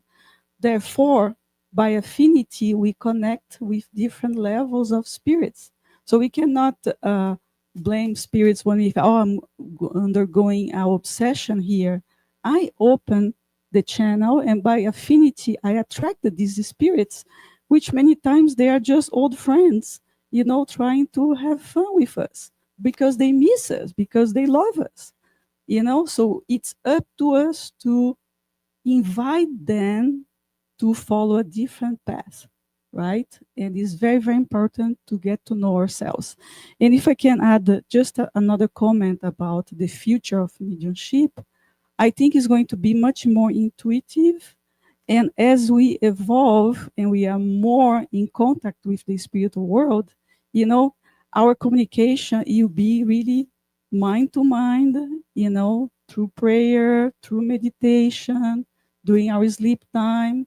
So, but like João said, we are very far from this reality. Thank you. And Rebecca, now one question for you is still talking about know thyself. This person sent this question to connecting two topics that we have in the Spirit's book, questions 909 and 919. They say here, the connection between, if you could talk a little bit about the connection between knowing yourself and our effort to change the things that we need to in order to develop our own consciousness. How can we connect this? Knowing thyself and having this willing to change what we need to. First, we have to think about will as our engine. That is what is going to produce all our actions. So once we get in the right headspace, genuinely just mindfulness and sitting with yourself, you can take the steps to further plan things out. Through a plan, you can actually achieve your goals. So science has shown that multiple times. So little small habits that you instill in your day, ranging from like day-to-day interactions with people, all the way from long-term goals that you hope to achieve one day as a spiritist, but never forgetting that the will that you have is already inside of you. You just have to activate it. Be strong like you are, you know. João, back to you about, again, about the education and mediumship. Can a medium learn all that they need to learn just by communicating with the spirit, or do they need to have theoretical mediumship training? They need to study. Study, study, study. Discipline, discipline, discipline. You cannot safely work with your mediumship if you do not educate yourself. Everything in life is education, right? Kardec was an educator first and foremost. So for you to practice mediumship safely, you need to study, and study hard. Understand about how the communications work, how you yourself work as a medium, your sensations, your feelings, differentiating what's from yourself, what's from the spirits, to prevent or reduce animism, which is the communication from the medium itself. So, there is no shortcuts in mediumship. You have to study. And just a side note here. I know that there are some people out there doing mediumship meetings online. I don't think that's safe at all. I think it's very, very dangerous. But there are people doing that. And we have another question. I think it's connected, of course, with study and education. So if either you or Peter could answer this one. Actually, it's a real situation here that the person sent to us. How to deal with the following situation. A medium is not being able to control the communication from a specific spirit during a mediumistic meeting. It causes pain and personal issues. The spirit is not willing to receive help, and the medium is suffering. And the person asks that the medium does not have experience.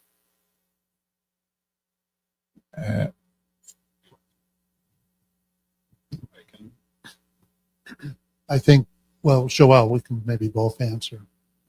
I think João touched on the essential point that it's important that a person study a great deal. And it's also what Rebecca was just saying about knowing oneself. Generally speaking, interferences by spirits, if a medium is having an ongoing presence, it's usually because we've created an opening within ourselves that are allowing interference to occur.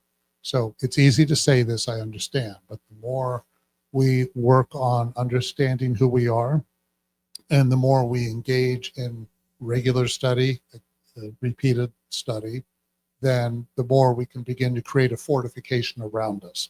It's also a very good idea among the books of Spiritism to read the Gospel according to Spiritism all the time, because you start to improve the company around you. Sometimes the more we work on ourselves, the more we work on the environment around us without necessarily consciously trying to do it.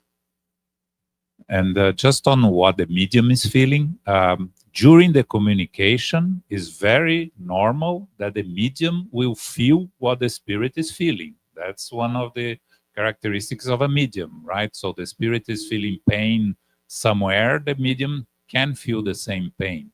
The problem is when the spirit leaves, the medium continues feeling, it continues to be unbalanced. Then the medium needs to educate itself to learn how to control and to detach itself from the spirit that is communicating. But during the communication, it's normal. The medium is going to feel the feelings of the spirit. I'd like to add to that in a mediumistic meeting, you need to have pass givers. Sometimes mediums need a pass. I should mention, however, that even though it's fine to give a medium a pass, if they need one to facilitate disconnecting from the spirit, then give the medium the pass. They do have to be careful not to turn that into a crutch in which becomes a regular habit. Always need a pass in order to feel better. But as João said, it's better not to let somebody go home after a mediumistic meeting if they still feel some kind of a connection from the spirit. Now we have a more philosophical question for Leah and Rebecca. Is consciousness an element of the spirit, or is it the spirit itself? So we see on the Spiritist literature that consciousness is really our thoughts, and we know this comes from the spirit. But it's not the spirit itself, but it is an attribute of the spirit, if I can say that. Because as we evolve, we are going to evolve spiritually, but evolving also our thought process, right? And we have discussed today different ways to use these tools to help us go the way up. But just before passing to Rebecca, I just want to add one comment about mediumship here, which is mediumship with Jesus, meaning free of charge, with humility, right? Especially, and if our spirit center or group do not have the right conditions to have a mediumistic meeting, don't have it. It's better to just doing studies, and when the conditions are ready, then you can start having mediumistic meetings in person.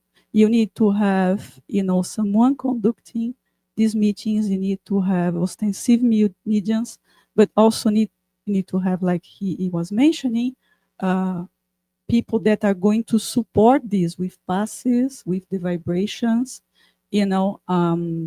so humility, to recognize that we are not ready to have a mediumistic meeting in our centers yet.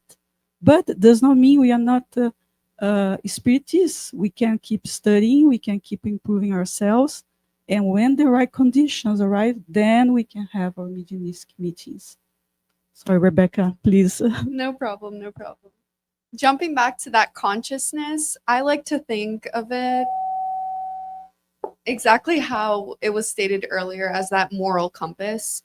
It is a part of God. It is what is truly what we are meant to be. I kind of see it like as a lot of light inside of a big like boulder. Like more experiences you go, like it'll just go hammering at it, experience after experience, light will go shining until you fully develop that consciousness. So I think it is not part of the spirit itself, but it's ingrained in it from God. If I just may add a little bit, we all learned that God, the creator of everything and everyone, it is inside of us like a tiny seed, just waiting for time and the right conditions to grow. And as we grow spiritually and we become more aware of everything, we raise consciousness, we are going to approach more and more to God, our creator, and immersed on this love, on this wave of thoughts that we are all interconnected, even though we do not feel yet. So now I'll open the question to the four of you. We have one more question about this meeting. Is the moral conduct of the person who dialogue more important than the one of the medium? For example, the discarnate may not hear the one who is dialoguing if they feel that the person who is talking doesn't have enough moral conduct.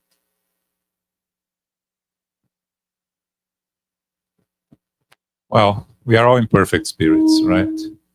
The communicating spirits, they sometimes they know our limitations and they use our limitations to attack us.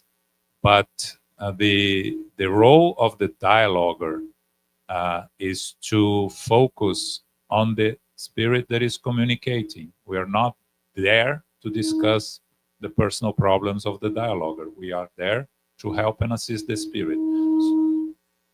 So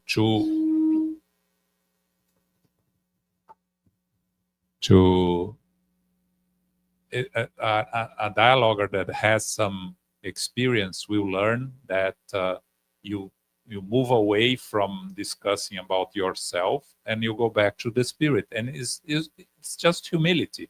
You don't need to argue with the spirit. You just say, I'm an imperfect spirit. I know my limitations, but we are here to try to deal with your problems, your situation, to find a way to help you.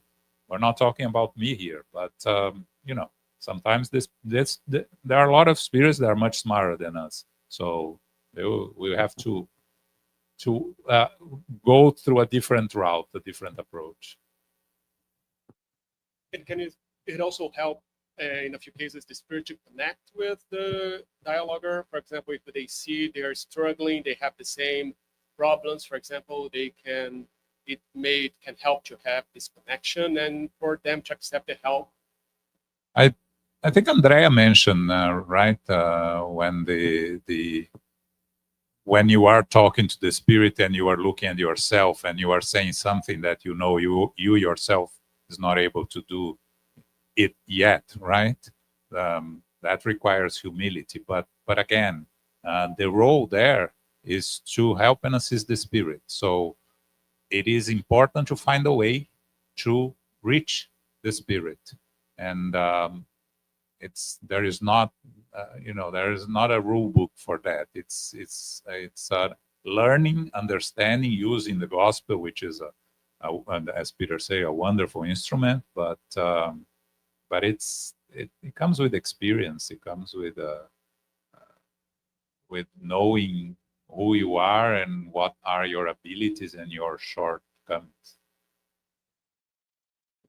And we have a question here about the language, as we have, for example, many people whose English is not first language working here in the US with Spiritism, in the Spiritist, in mediumistic meetings. Is language a barrier for mediumship communication for those who are in another country?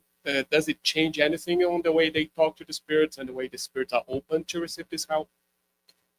Language doesn't have to be a barrier. It depends on the comfort level of the individual. I work with people whose language, their first language is not English, but they speak well enough that when they give passivities, for instance, they can generally communicate sufficiently. Sometimes there may be a medium who doesn't feel comfortable enough doing that, so you need to respect that as well. So it really depends on the medium. And we have to understand that we have the assistance of the spiritual benefactors, the directors of the meeting. So ideally, the meeting should be in the language of the country, right? If it's here in the US, should be in English, unless it's in Miami, that can be in Spanish, right? So why? Because most spirits here speak English, and we learn in Spiritism that we communicate through thought, but we're not there yet. And the spirits that are communicating, suffering spirits, they need to listen. So we need to speak in our language. And if we do it in Portuguese, I know there are many centers that do it in Portuguese, you are only able to receive spirits that speak Portuguese. And,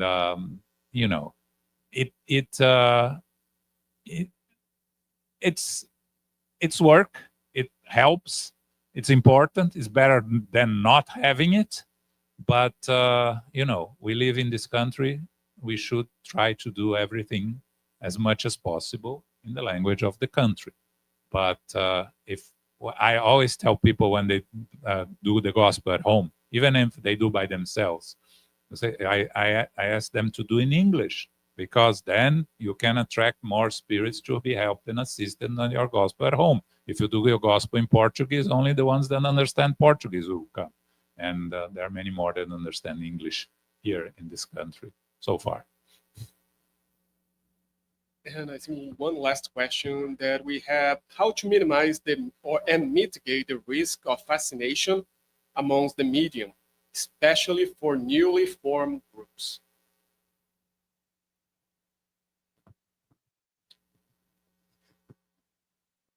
The best way to minimize fascination is emotional honesty. The mediums need to have the humility to understand the difference between when ideas are coming from someone else versus them. They, again, need to study. And in post-discussion meetings of mediumistic groups, if there is a feeling that maybe fascination is taking root within a mediumistic meeting, they need to be able to talk about that. One general point is that it's always important to have humility when doing any kind of mediumistic work. So if we need to listen to what other people are telling us, we have to be open to that. That's important. Many times people fear to talk about that or even to bring up the topic of fascination, but you need to be open and to have confidence in it. Well, it's like what João was saying about counseling. If a spirit manages to challenge us, you can acknowledge, yes, we too have our faults. We cannot be afraid to admit when we have flaws, because we all have them. Thank you so much. Thank you again, João Korngold, Rebecca DaSilva, Peter Hayes, and Via Gouveia for the panels and this talk. Thank you.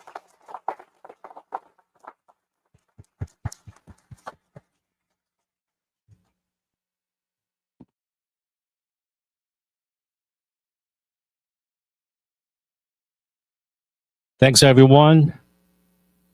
As we recognize ourselves as immortal spirits, the journey of awakening and finding the right path for growth becomes a rewarding challenge. We are pleased to introduce Dan Assisi, who will share his reflections on the future of the consciousness, challenge, growth, and brighter future.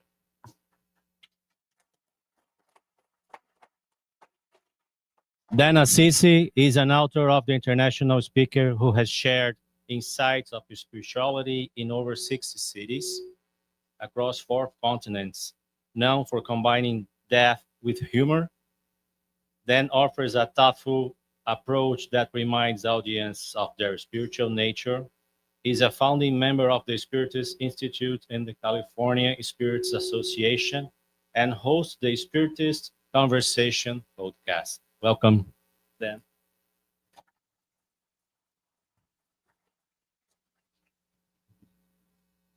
Hello, everyone. How are you doing? It is great to be here again and see all of you. It really is. So let's dive in, shall we? We've spent the whole day together talking about many different things, and I want to take you to Anza Borrego Desert. You may not have heard of it, but the Anza Borrego Desert National Park. It is the 3rd largest national park in the country. It is the largest national park in California. It is huge. It's in Southern California. And it looks like this. It looks like a desert because that's what it is. It's 500 miles of dusty roads, 650,000 acres of desert. But you might be asking, then why are we talking about deserts when we are really meaning to talk about the evolution of consciousness? Well, because there is something magical about Anza Borrego Desert every once in a while that really ought to capture our attention. It is the super bloom. When the conditions are right, when there is a good amount of rain in the winter and the temperature in the spring is warm enough to awaken the seeds that lie dormant in the desert, this happens. A multitude of flowers blossom. And I wonder if there isn't a lesson for us there. Maybe we can make our own parable. The Anza Borrego Desert National Park parable. Maybe that's not a good name. Maybe we should know we're going to. How about the super bloom of consciousness? Right? Are there lessons that we can take with the knowledge that we have that we can apply to this incredible phenomena so that we can go from this, our consciousness today that perhaps is devoid of flowers, and the world that is also very arid, to this, where our internal consciousness gets to bloom in all its majesty, and the world that we live in also benefits from all this beauty? Can we tap then into our super bloom of consciousness and learn some lessons with, I say with, the incredible wisdom that Spiritism brings us? Clearly, I am biased. Clearly. I love Spiritism because it offers a way for us to understand the world with different lenses. When we put this on, we can see things that we did not see before in our everyday life, because now we know about consciousness, reincarnation, mediumship, the interaction between the both sides of life, the immortality of the spirit, and all these tools that we have. But how can we use all of this to develop our own consciousness and live in a world that is fundamentally better than the one that we find ourselves in? That's what we try to do. And so what I propose we do is we take some minutes to talk about 5 takeaways from our super bloom of consciousness that we can apply to our daily lives. Why 5 takeaways? Well, because I was told that if you give people numbers and make lists, they pay attention. So you tell me if this is going to work. But we are going to revisit 5 things that hopefully can help us as we expand this allegory, this metaphor, this parable into our lives to make our consciousness bloom like the Anza Borrego Desert. Does that make sense? So let's dive in. The first lesson that comes to mind is that to make flowers bloom, to make our consciousness evolve, we need the right conditions. Just like it happened in Anza Borrego, what blooms depends on the conditions you create. And here's the fascinating thing about this. Depending on how much water comes that year and what temperatures in the spring, the seeds that are in the soil develop in different ways. Some seeds don't develop if there's a lot of water, others do. Some of them need water and abundant heat.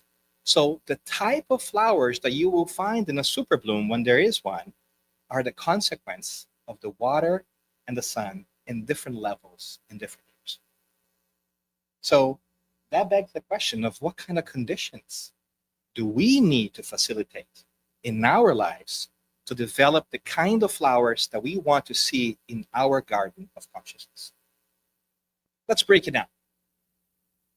What could be the elements of a super bloom? Well, we have first, as obviously stated here, we have a temperature, the rain, the soil, and the seeds. We can draw a parallel, right?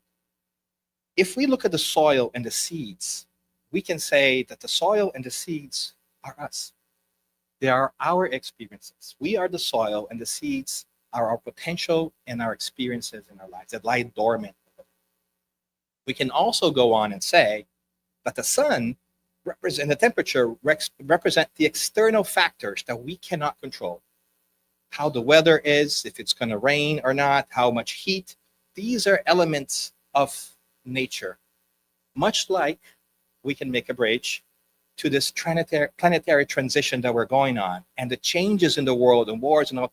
These external factors, they're coming at us. They influence us. They bring heat to us, and we don't know how to deal with that. We can try to shade ourselves from it, but ultimately we cannot change those things. They are going to be there. These factors are going to come and affect us. We can't change the soil either, not at first at least. And we can change the experience and the seeds that we have there, not yet at first. We can try to bring the soil away, put new soil in. It takes time. But even if it did, it still would not make us better gardeners. So we have to learn how to change our soil. But there is one component here that we sort of can control, which is the amount of water that goes into the garden. We can equate the water to our intentions and to our efforts. How much effort and how we direct to the soil and the plants that we have. And by the way, the plants are obvious here, right? They are our consciousness, they are our habits, they are our behaviors, the things that have come from what we had in us that were exposed to external conditions and were fed by our intentions that develop in a specific way. Are you with me so far? All right. So, what other lessons can we take here, knowing that the right conditions will suscitate development of specific flowers in our lives, and therefore, by consequence, in our consciousness? Well, another piece that we can take into consideration is that good gardeners focus on what they can't control. That's because gardening is inside work. It's not outside work. What do I mean by that? It is about you knowing how you can bring change to the soil that you have. Can you change the sun? No. Can you put more water? Yes. Can you change the soil? No. So to really work on our consciousness is to understand that we cannot control the external factors to our life. We cannot change other people. We cannot change the way the world works. We cannot convince other people of our political beliefs. They can't convince us really if we don't let them. We cannot really change how our relationships work by making other people like us. We can only live through them through our own intentions and efforts. So we got to focus on that which we can control, barely, which is what? Ourselves. Our intentions and our thoughts. our will, and all these wonderful things that we have been talking about here today. That's what we can control. So that is what we ought to focus on when we're talking about expanding our consciousness. It's not about changing other people's perspective. It's not complaining about the world. It is finding out what is it that we can do to ourselves to adjust to the external factors and the conditions that we have in our lives. It's an inside job. It's not about changing the world without. It's about changing the world within. That's what makes it so. But that's what good governors do. And what else? What else can we learn in a short period of time where we are going to zoom to the super bloom of consciousness? Well, we're going to also learn that good gardeners must know their soil. If you don't know what soil you're working with and what lies beneath, how can you decide and help facilitate the seeds that are dormant? How are you going to grow roses if you don't know if roses are there to begin with? So we must dive into the soil. And who is the soil? What is the soil? Us. We have to get to know ourselves. We have to. That is the only way you will be able to grow that which you want. If you don't know where you're going from, you can't possibly figure out where you're going to end up at. Which ways are you going to take? And this is where Spiritism really lends itself to the task. Let's expand our model here ever so slightly. We talked about how the rain could be equated with the intention and effort that we can bring to bear to changing our consciousness. We talked about how the sun could symbolize the external factors that we cannot control, the anger in the world, the hatred, intolerance. Those things are going to be there no matter what. We talked about the experiences being our seeds in the soil. But now we can further develop our model by bringing some interesting people here. First of all, one of them is that young man, not so young there in the corner, and I place them that so they can look at me, make sure that I'm not saying anything I shouldn't, right? So that's why they're in the corner there. But the first one is Carl Gustav Jung. And he brings us the idea of the conscious and the unconscious in a spiritual perspective, which we connect best to our understanding of reincarnation and spirit through the works of Joanna de Angelis, who takes us to the teachings that we are so familiar that were brought forth by Kardec.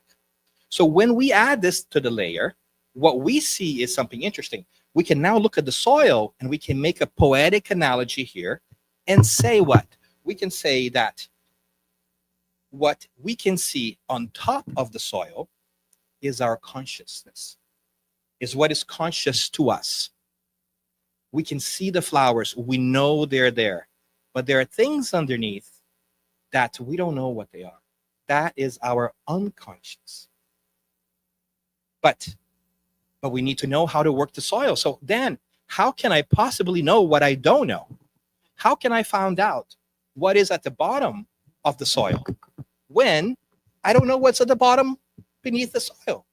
Well, if we are paying attention and if we are working through our own development and if we dedicate the intention and effort, we can find out what's under the soil by looking to what is above the soil. If you see the flowers there are in your garden today, you can surmise what seeds are underneath. And so, to give you an example, let's say that I am a bit intolerant and impatient. And as I look towards that, and I see that flower in my consciousness, I say, why is there a seed of impatience in my conscious? What experiences did I have in the past that have led to germinate this specific kind of behavior in action? I might not be able to precise it, but maybe I had experiences in the past where I was used to yielding power and people bent over what I wanted. And I felt that it was my right to just demand that of people. Maybe those seeds are in my past. But the important thing is that what I want for my future? If that is a flower of my consciousness now, what kind of intention and effort, what kind of water will I put so that those seeds don't germinate again? What kind of effort will I employ so that I can take that out of my conscious behavior and take it further? You see what I'm saying? And with Spiritism, we go farther because we know that our unconscious is also the result of our many lifetimes together. It is not just this life. So we have the ability to try to understand what is unknown so that we may better expand our perception. And when we have more information of what we have to work with, we can decide what flowers we want. Jung has a really powerful quote that we can easily apply to our lives, which is, if you don't make the unconscious conscious, it will guide your life and you will call it faith. That is to say, if you don't look into yourself and your habits and why you behave the way you behave,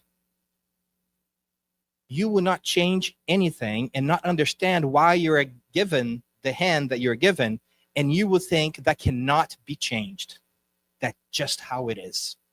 But through Spiritism and reincarnation and free will and cause and consequence, we know that we can change our actions. So the more we dig into who we are and all those things that we heard here, the more we can bring that which we did not know about ourselves to the forefront of our minds. And now I know that I'm impatient. So I will be on the lookout for that. And I will choose a different way to act because I am aware of the problem. Does that make sense? So diving into who we are is a fundamental process of knowing who we want to become. Otherwise, we are just going to think that we've been dealt a bad life or bad circumstances and there's nothing we can do about it. But there are so many things we can do about it because we are an immortal spirit that is making choices every single day. And so we can begin to sow the seeds for our next day, for our next month, for our next life, to have a different garden. All it takes is that effort and that desire.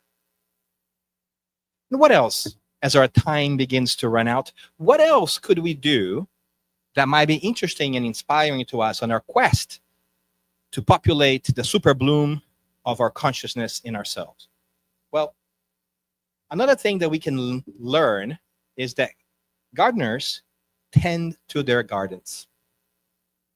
Gardening or developing our consciousness is not a one-time act. It's not something that we do just in one day and then we sit and wait. It is an everyday thing. Gardeners have to sow, they have to weed, and they landscape, which means we have to employ action, constant action. We have to decide what is it that we want. We have to remove the weeds of the flowers that we no longer want. And sometimes we have to shift from one side to the next. Maybe we need some landscaping in our lives. Maybe I'm really confident professionally, but I struggle with relationship confidence. But there are lessons that I can take from what I do at work that I can move with the right amount of effort and learn from through reflection into my relationships and vice versa. Maybe that intolerance that I have can be weeded out because I no longer want that. Maybe I am ready to sow something different that has not been in my garden before. Whatever it is, we need to act on it. And so in many different ways, there's 3 steps to change. There is awareness when we dive into our soil. Then there is practice when it feels sometimes uncomfortable to do the things that we don't know yet how to do. Right? It's when we're trying to be kind, we're trying to be nice. It doesn't feel natural just yet, but that's how we practice until we develop the habit and it becomes automatic. But it takes awareness. It takes practice. It takes a habit to really have that come out. And that is tending to our garden. And that is a wonderful perspective for us to take into consideration because we need to garden. We just need to. I think that we have realized that the world we live in and the changes that we want to see are not going to come if we wait. It is important for us to tend to our gardens. What else? What else can we learn in our short time together from our super bloom of consciousness parable / allegory / metaphor / whatever the heck you want to be that might enlighten our lives? Well, One last thing here that we ought to remember too, not our list of 5, if you're counting, is that good gardeners know that the gardens can inspire. That is to say that the beauty that we create and that other creates can serve for each other. Sometimes we're so into the challenge of our gardens that we don't lift up our heads to realize that even though our consciousness has not reached the level that we desire, there are good things in there. There may be some flowers that, although small, albeit fragile, are already beautiful. Are you seeing the wonderful things that you have built over time? Are you able to stop and think about the conquests of your life? Are you able to see that in yourself? Or are you only looking at what's not working or the desert spots of your consciousness? And then there's a step further. Have you looked at the gardens beside yours to get that inspiration? Have you taken the time to be mesmerized by the beauty of the gardens of this world, of the people who have developed wonderful consciousness and can be examples for us? We talked about so many today. Of course, Paul, Mary of Magdalene, we have Gandhi, we have, in our Spiritist midst, wonderful examples like Chico Xavier, Xavier, and Divaldo Franco, who have shown by living it how to tend to their gardens and how beautiful their life can be if we do it. Are we getting inspired by that? Have we realized that there are gardens sitting next to us right now? Are you able to see the beauty of the garden next to you? Or are you just looking at the deserts? Can you look to the side, left and right, and see what's there? Are you able to see that which is beautiful in others and recognize that they are a garden in progress? Can you attend to the invitation that it is to tend to your garden? And I think that is the question here, isn't it, at the end of the day? How are you tending to the garden of your consciousness? What kind of conditions are you setting for yourselves on your daily life?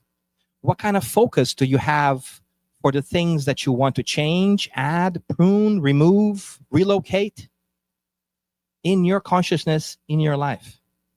How are you feeding it?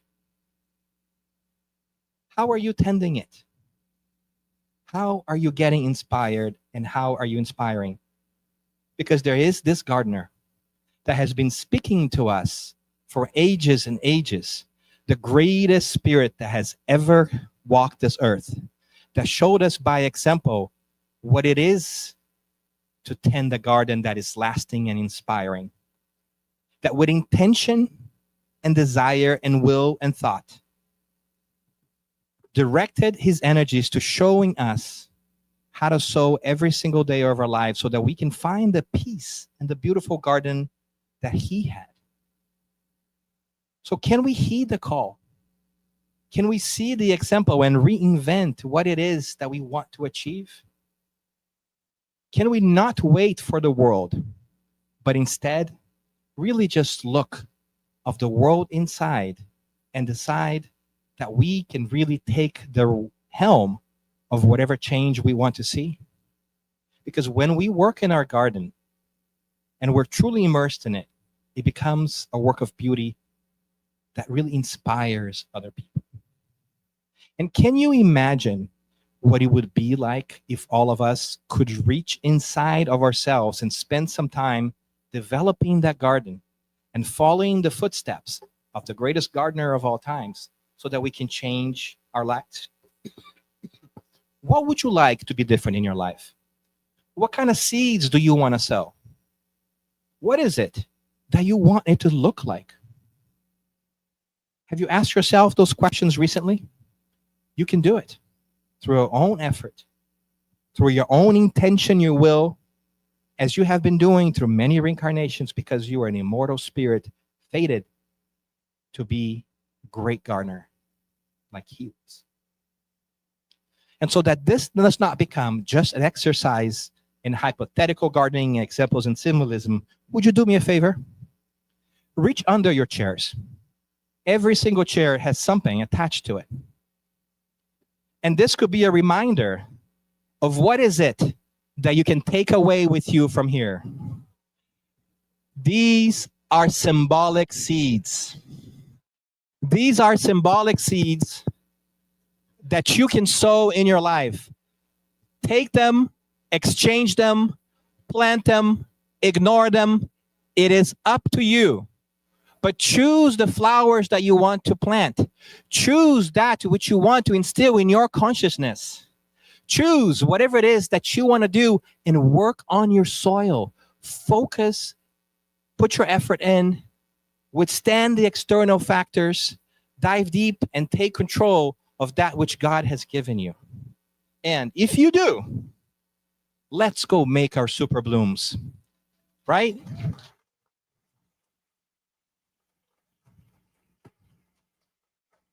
And I leave you with this. I leave you with a simple exercise. Imagine if all of us had our super blooms. How would your day look like? Because this is the future. Imagine that you wake up in the morning refreshed and you had enough to eat, because everybody has enough to eat in the new world because we take care of each other. You step out of your bed, you greet your loved ones who are next to you. You make your way to work, which you are excited for because it is meaningful work. Along the way, you find other gardeners who are also excited to go to work. You do not feel threatened by them. You feel energized because you know what's in their hearts and they're gardening too. And you smile to each other. You get to work. You solve difficult problems. You are fulfilled by what you have. You learn new things. You return home. You find those who you love. You share your experiences. And you have a fulfilled day. And you look forward to tomorrow because you get to do it again. That is the new era. That is what's possible when we get to know who we are and understand the immortality of ourselves and the blessings of God and the gifts that we have been granted as opportunities to develop ourselves every single day. And we're not alone. So what are we waiting for? Let's go out and take everything that we learn, take the seeds that you want to play, and let's go make our super bloom. God bless you. And until we see next time.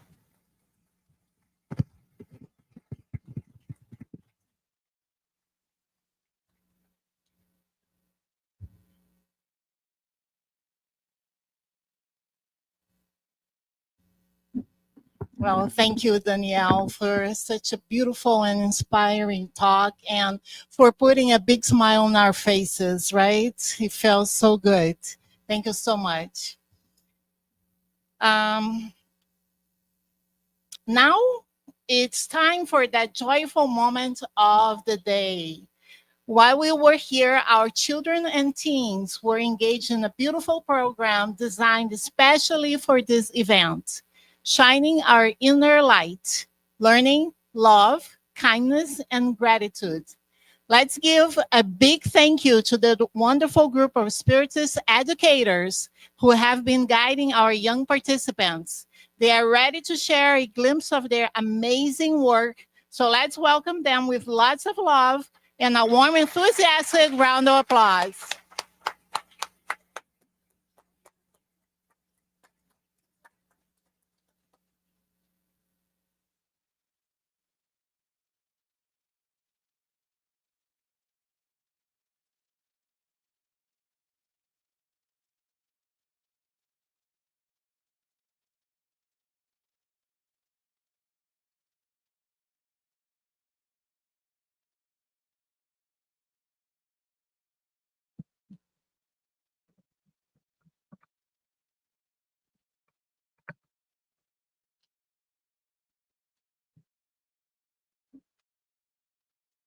Good afternoon. So before we start our presentation, we would like the help of you guys to help us to sing the song. So the lyrics in the screen, so we're gonna practice a little bit first before we play the song. And they're gonna help you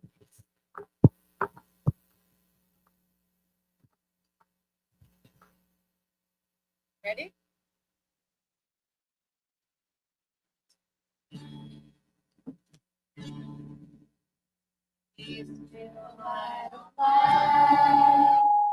I'm gonna let it shine. This little light of mine. I'm gonna let it shine. This little light of mine. I'm gonna let it shine. Let it shine. Let it shine. Let it shine. Jesus. Jesus is the light. I'm gonna let it shine. Jesus is the light. I'm gonna let it shine. Jesus is the light. Let it shine. Let it shine. Let it shine. Let it shine. Good job.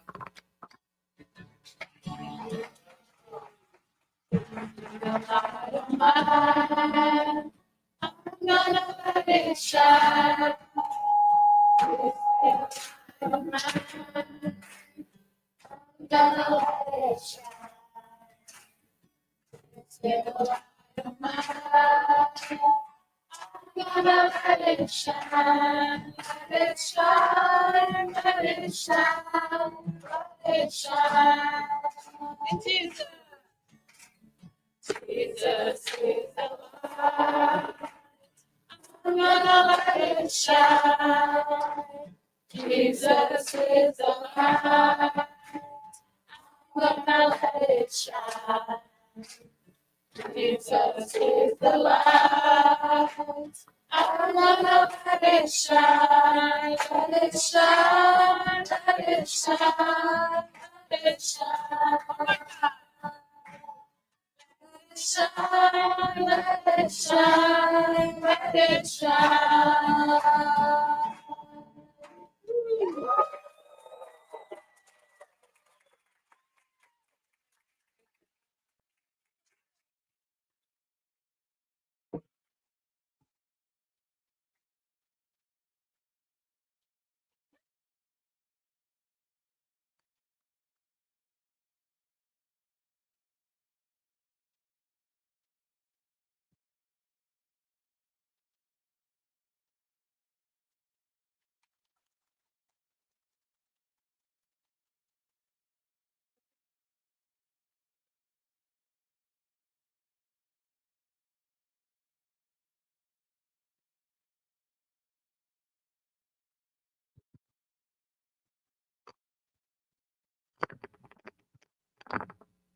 That was nice, wasn't it?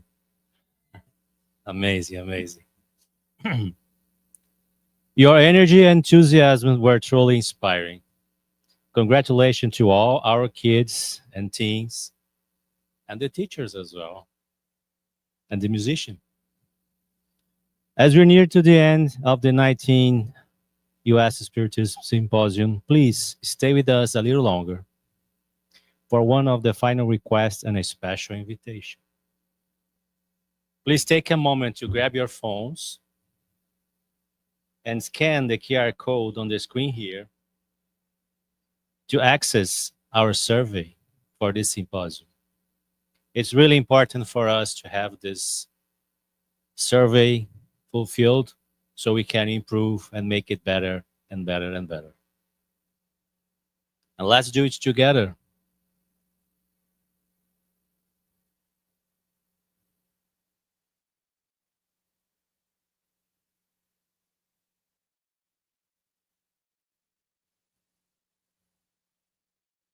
So make sure to complete that before you leave so you can help us, okay?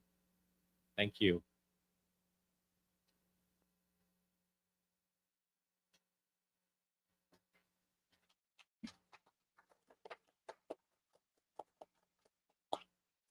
Okay, as we come close to the end of our 19th U.S. Spiritist Symposium, we want to extend our thanks to all volunteers from Michigan and from many states in the US. Let's give a round of applause to everyone who has worked together to make this event possible.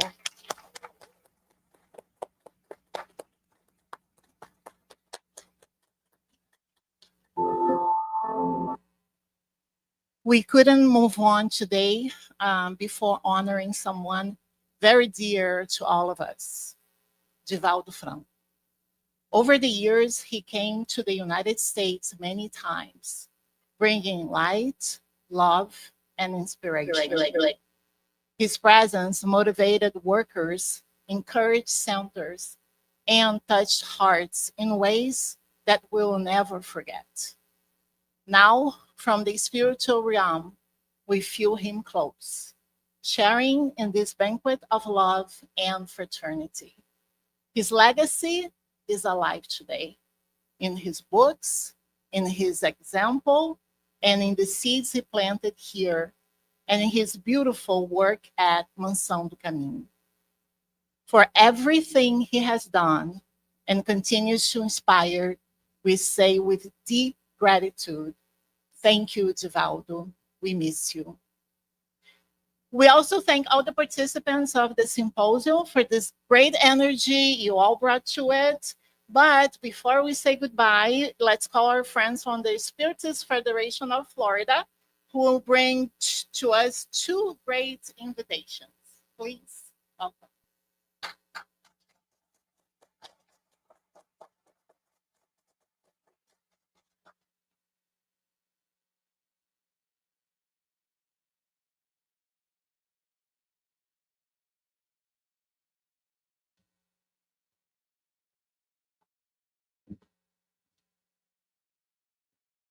They send us up here crying, after development.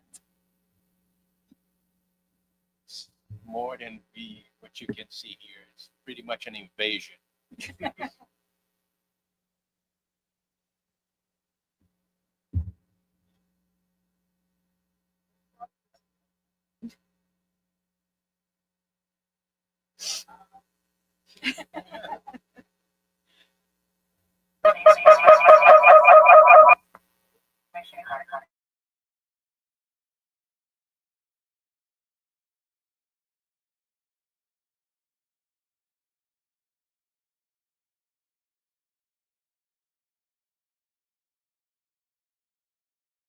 You are seated at an emergency exit. Please review the responsibilities for emergency exit seating on the back of the safety information card, located in the seat back in front of you. If you are unable or prefer not to perform these functions, just let us know and we'll find you another seat. For almost 2 decades, hearts and minds from across the United States have come together, united by one purpose: to study, share, and live the teachings of Spiritism. In 2026, we celebrate a milestone, the 20th United States Spiritist Symposium. 20 years of spreading light through knowledge, 20 years of building bridges between souls, 20 years of fostering fraternity, unity, and love. From the East Coast to the West, from small study groups to thriving centers, Spiritist voices have echoed with wisdom, compassion, and hope. And now, we gather once again, in Florida, welcoming speakers from across the country with enriching discussions, uplifting moments, and special activities for our youth. Whether you've walked this path for years or are just beginning your journey, this event is for you. Come celebrate with us, learn, grow, connect, and be part of a movement that continues to shine brighter with each passing year. The 20th U.S. Spiritist Symposium, coming October 2026. Dates and location to be announced soon. We'll see you in Florida.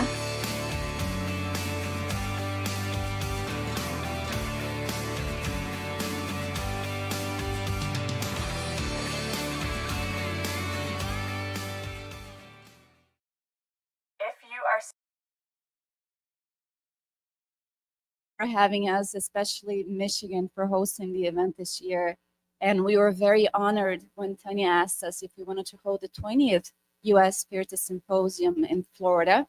And we said yes before she even finished asking the invitation, So we are very proud to have some of our Florida workers and speakers and volunteers here on stage with us to invite you all to be in Florida, where it's warm, cozy, beaches, all that good stuff. in 2026. So we are working on the date. It's in October, and we'll most likely in Orlando. But if it's not, it's going to be in Miami, and we hope that you guys can join us. And just really quick, we're going to have our 15th annual event of Florida in Orlando next year as well. It's going to be April 11th and 12th, and it's the Age of Christ is our topic. We want to bring Christ back urgently. You know, as Joanna Giangeli states, we need him back urgently before we all fall into the abysm of negativity, pessimism. So we need him back, and we hope to count on you also to be there with us to watch some of the speakers. There will be simultaneous translations, and Leo Haddad and Gabe Faria have actually accepted the invitation to open for our youth. So you're also invited to come and watch them as they open our event on Sunday, April 12th. So hope to see you there.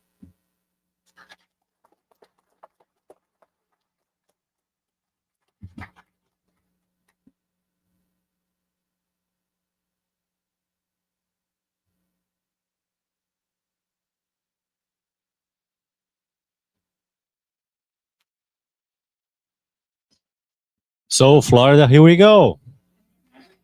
Next year's symposium is going to be unforgettable. Be sure to follow the USSF on social media for all the updates. Thank you for joining us. Travel safely, and we can't wait to see you in Florida. Thank you, everyone.